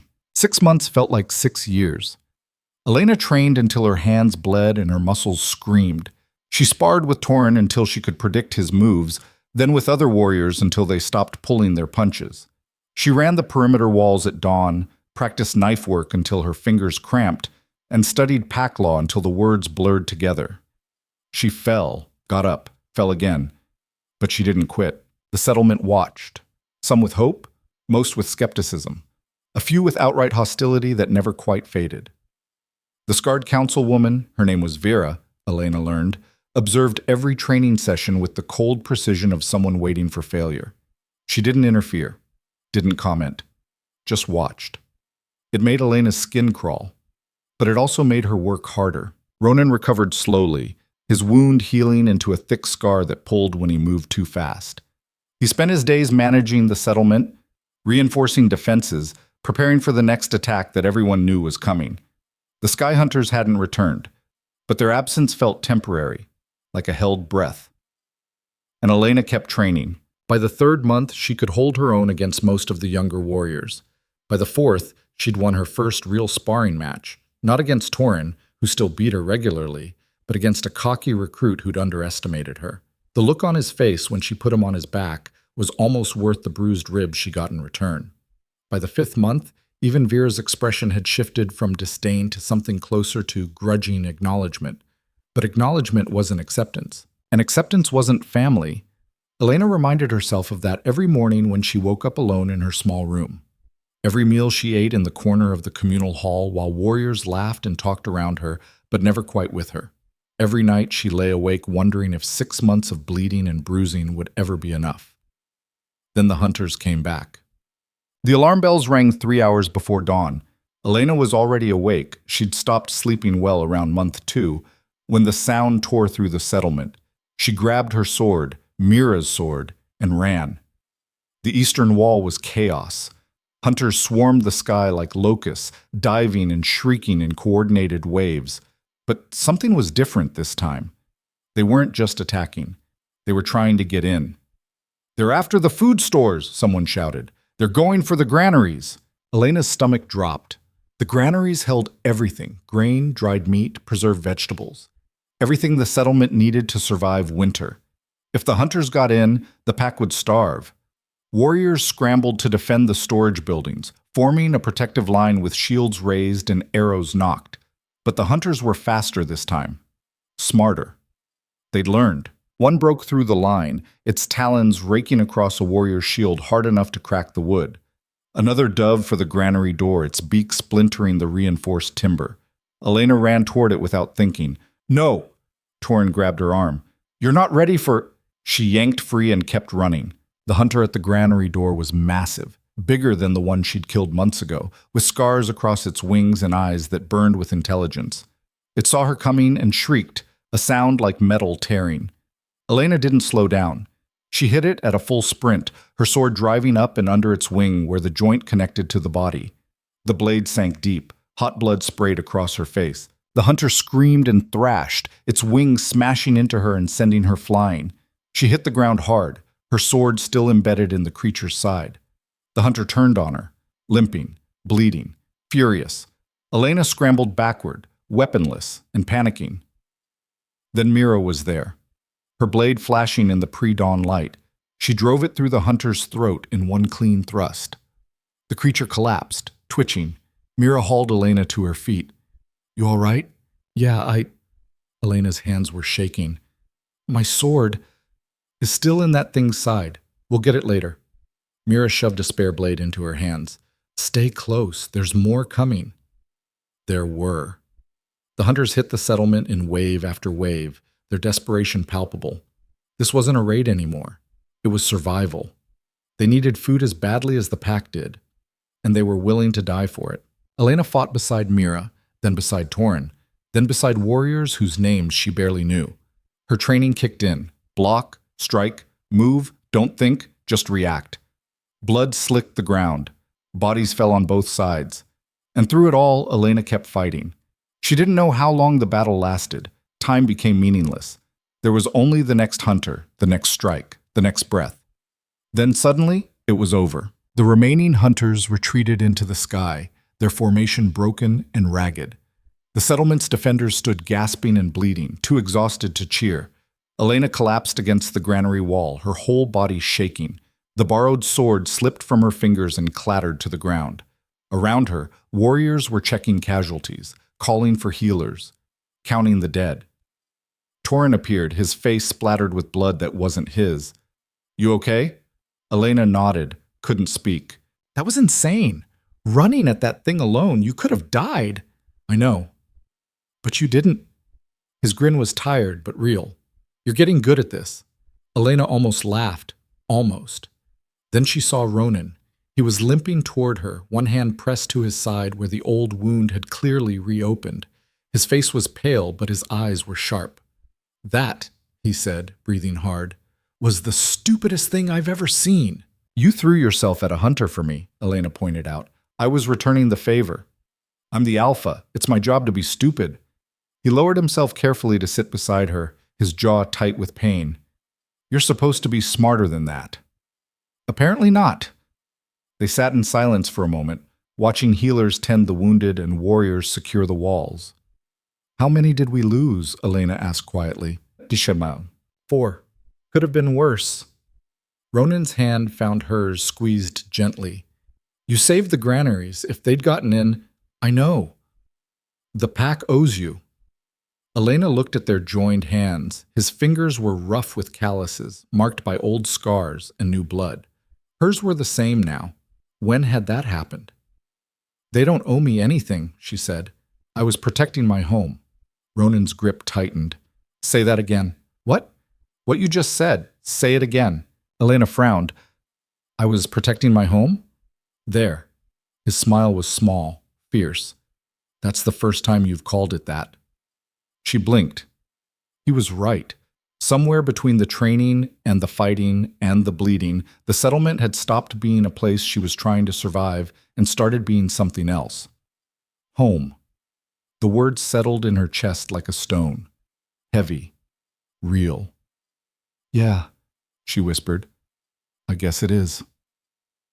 The pack oath ceremony was held 3 weeks later. Elena had expected it to be private, quiet. Just her and Ronan, and maybe the council.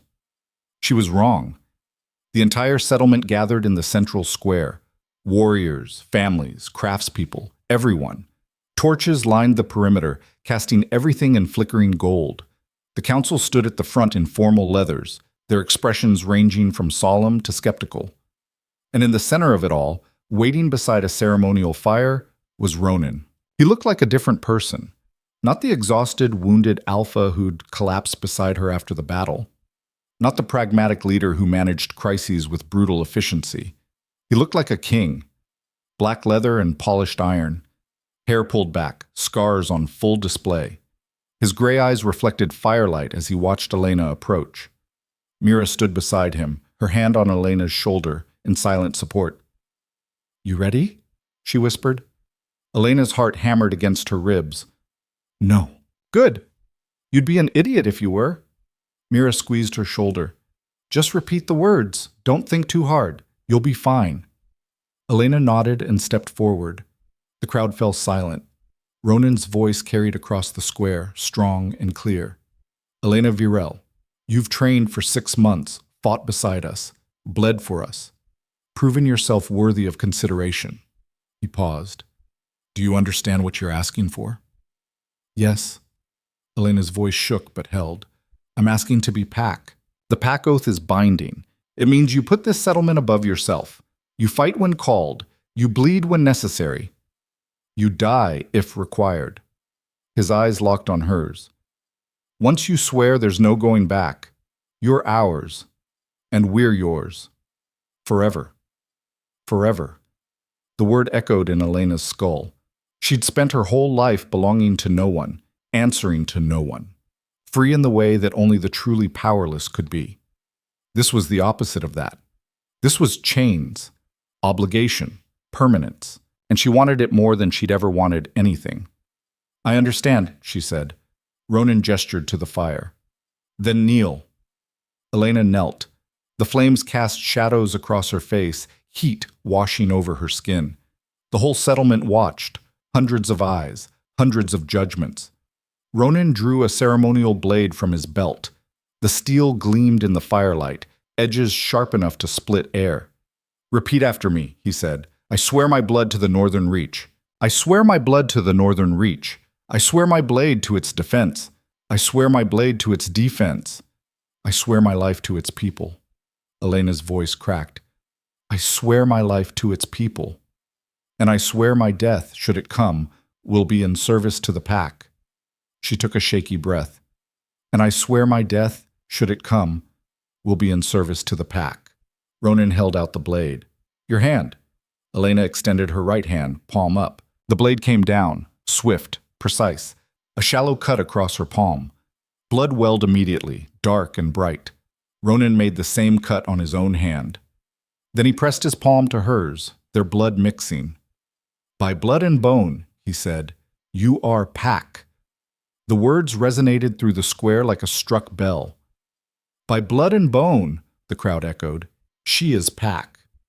It wasn't unanimous. Some voices were enthusiastic, others grudging. A few didn't join at all, but it was enough. Ronan pulled her to her feet, his bloodied hand still gripping hers. Welcome home, Elena. The crowd erupted. Not cheering, not quite, but something close. Acknowledgement, acceptance, the kind of respect that had to be earned through violence and survival. Elena stood there, blood dripping from her hand, and felt something inside her chest finally settle. She belonged. What? The celebration afterward was loud and chaotic and overwhelming. Warriors clapped her on the back. Families offered congratulations. Even Vera approached, her expression still skeptical but less hostile. You survived, the older woman said. I didn't think you would. Elena almost laughed. Honestly, me neither. Don't let it go to your head. You're packed now. That means you have responsibilities, expectations. Vera's eyes were hard. Fail to meet them and we'll revisit this conversation. I understand. Vera studied her for a moment longer. Then she nodded and walked away. Mira appeared with 2 cups of something that smelled like fermented pine needles. Drink. It's tradition. Elena drank. It tasted like fire and regret. That's awful. I know, Mira grinned. But you're officially one of us now, which means suffering through terrible ceremonial alcohol. They drank together while the celebration swirled around them. Music started, drums and something that sounded like a badly tuned flute. People danced, laughed, told stories, and Elena stood in the middle of it all, feeling like she'd stumbled into someone else's life. You okay? Mira asked. I don't know. Elena's voice was quiet. I spent so long being nobody, and now I'm... She gestured vaguely at the crowd. This. I don't know how to be this. You'll learn. Mira's hand found hers and squeezed. We all did. Well, the celebration wound down around midnight. Families drifted home. Warriors collapsed into drunken heaps. The fires burned low. Elena found herself alone at the edge of the square, staring up at the stars.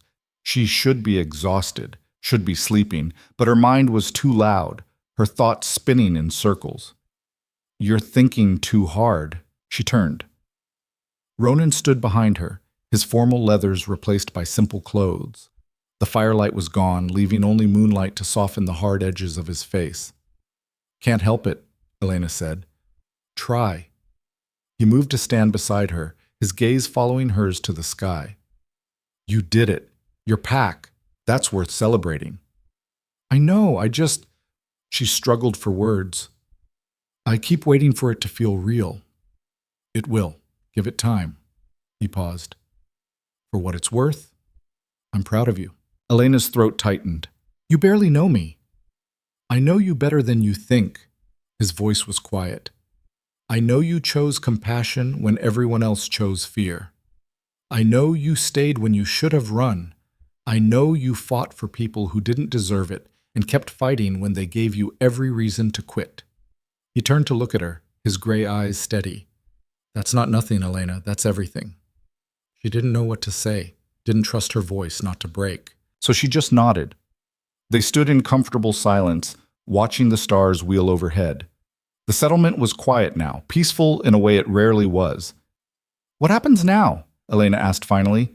Now you train harder, fight better, prove yourself over and over until even the skeptics can't deny you. Ronan's smile was small.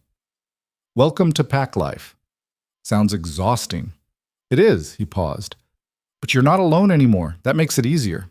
Elena looked at him. This man who'd threatened to kill her, then protected her, then fought beside her, who'd given her a chance when no one else would, who'd become something she didn't have words for yet. Thank you, she said quietly, for everything. Ronan's expression softened. Don't thank me. You did this yourself. He hesitated, then added, but you're welcome. Winter came hard that year. Snow piled against the walls. Temperatures dropped until breathing hurt. The sky hunters disappeared entirely, driven south by the cold. But inside the settlement, life continued. Elena spent her days training, working, proving herself over and over. Some days were better than others. Some days warriors treated her like an equal. Other days she was still the outcast who didn't quite fit. But she was there. And that mattered. Slowly, painfully, things changed. Warriors started including her in conversations. Families invited her to share meals. Children stopped staring and started waving. And one day, about 4 months after the oath ceremony, Elena realized she'd stopped counting, stopped measuring acceptance in nods and smiles and grudging acknowledgments, stopped waiting for permission to exist.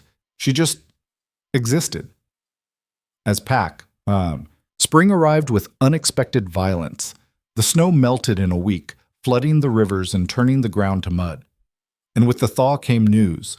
Scouts reported massive hunter migrations, entire flocks moving south, desperate and starving. Other settlements had fallen, territories abandoned.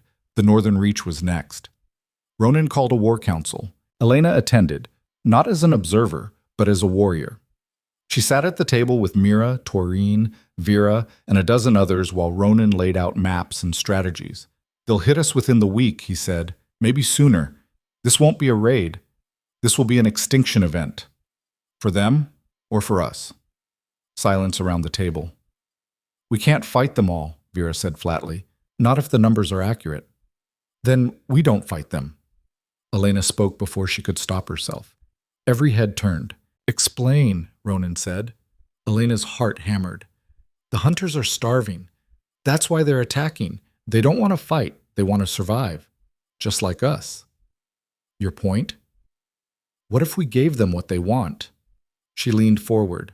Not our food, but access to food. There are herds in the southern valleys, too far for us to hunt regularly.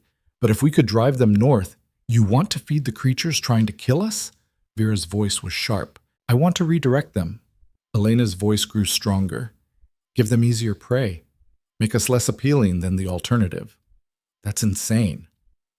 Maybe. Elena met Vera's gaze steadily. But so is fighting a war we can't win. Ronan was quiet for a long moment. Then he looked at Mira. Thoughts? It's risky, but so is everything else. Mira's expression was thoughtful. If it works, we avoid a bloodbath. If it doesn't, we're no worse off than we are now, Ronan finished. He looked back at Elena. How would we do it? Elena explained. It would take coordination. Scouts to locate the herds, warriors to drive them north, signals to redirect the hunters toward easier prey. It was complicated, dangerous, built on a dozen assumptions that might be completely wrong. But it was a chance. The council argued for an hour. Some supported the plan. Others called it suicide. Finally, Ronan stood. We try it. Elena's plan first. If it fails, we fall back to direct defense. His gaze swept the room. Any objections? Vera's jaw was tight, but she shook her head. No, Alpha. Good. We move at dawn. Efficient. The operation was chaos from the start. Locating the herds took 3 days. Driving them north took another 2. Warriors worked in rotating shifts, using fire and noise to push hundreds of elk toward the hunter territories. It was exhausting, terrifying, and it almost didn't work. The hunters attacked twice during the drive, confused and aggressive. Elena fought alongside Mira and Torin, defending the herd while trying not to think about how insane this whole plan was. But slowly, impossibly, it started working. The hunters realized what was happening, saw easier prey, began to follow. By the 6th day, the settlement scouts reported hunter activity dropping to almost nothing. The flocks had moved north, following the herds. Ronan's gamble had paid off. Elena stood on the eastern wall, watching the empty sky. and felt something inside her chest finally unclench. You did it. She turned. Ronan stood behind her, his expression proud. We did it, Elena corrected. I just had the idea. Everyone else made it happen. Still counts. He moved to stand beside her. The council's impressed. Vera actually smiled. I think that's a first. Elena laughed. It came out shaky. I was so sure it would fail. But it didn't, and now you're the warrior who saved the settlement without fighting. He paused. That's going to change things. How? Ronan's smile was small, knowing. You'll see. Oh, he was right. Over the next weeks, Elena's status shifted again. Not just pack, not just warrior, leader. People started asking her opinion, seeking her advice, trusting her judgment in ways that felt surreal. And one day, 6 months after the oath ceremony, almost a full year since she'd knelt in that blood-red river, Ronan called her to the Great Hall. The council was already assembled, so was Mira. And Torin. And what looked like half the settlement. Elena's stomach dropped. What's going on? Come here, Ronan said. She obeyed, her heart hammering. Ronan stood at the center of the hall, formal and composed. Elena Virel, you've proven yourself in combat, in strategy, in leadership. He paused. The council has voted, and I've agreed. We're offering you a position. Elena blinked. What kind of position? Second. Mira stepped forward, her expression serious. Ronan's second in command, his right hand, the voice that speaks when he can't. The room spun. Elena's voice failed. I can't. I'm not. You are. Ronan's voice was firm. You've earned this, every part of it. The pack trusts you. I trust you. He held out his hand. Will you accept? Elena stared at his hand, at the scars, the calluses, the strength. A year ago, she'd been nobody, nothing, an outcast kneeling in mud, waiting to die. Now she was being offered power, purpose, a place that mattered. Her hand shook as she reached out, their fingers intertwined. Yes, she whispered. I accept. The hall erupted in cheers, not universal, never universal, but loud enough to matter. Ronan pulled her into a brief, fierce embrace. Welcome to hell, he murmured against her ear. It only gets harder from here. Elena laughed, sharp and bright and alive. I can handle it. I know you can. 3 years later, Elena stood on the eastern wall and watched the sunrise. The settlement had grown. New families, new warriors, new buildings spreading across the valley like roots taking hold. The hunters still circled sometimes, but they'd learned, adapted, found other prey, and the pack had learned too. Compassion didn't mean weakness.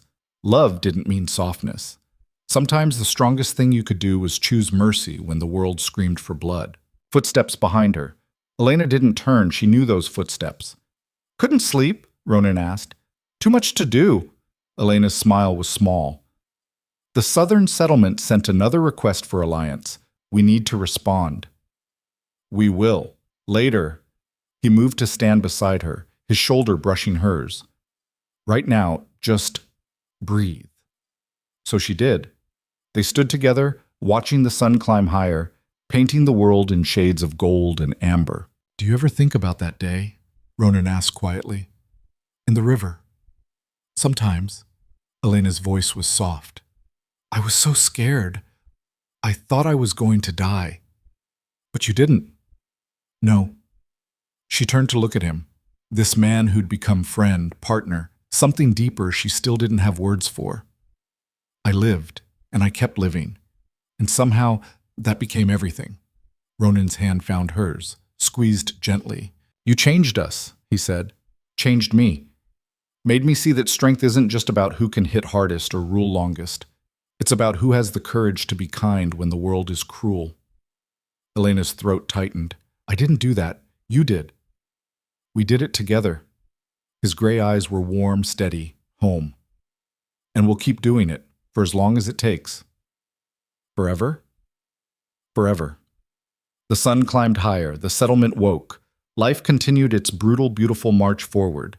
And Elena Virel, once an outcast, once nothing, now second in command of the northern reach, stood beside her alpha and felt, for the first time in her life, completely whole. She'd survived. More than survived. She'd proven that in the harshest world, built on fang and claw and dominance, there was still room for something else. Love. Compassion. The choice to hold on when letting go would be easier. The choice to stay when everyone else would run. And in making that choice, over and over, through blood and grief and impossible odds, she'd become something no one expected. Not a warrior, not a leader, a force that changed everything. The girl from the blood-red river had learned to stand, to fight, to matter, and the world would never be the same.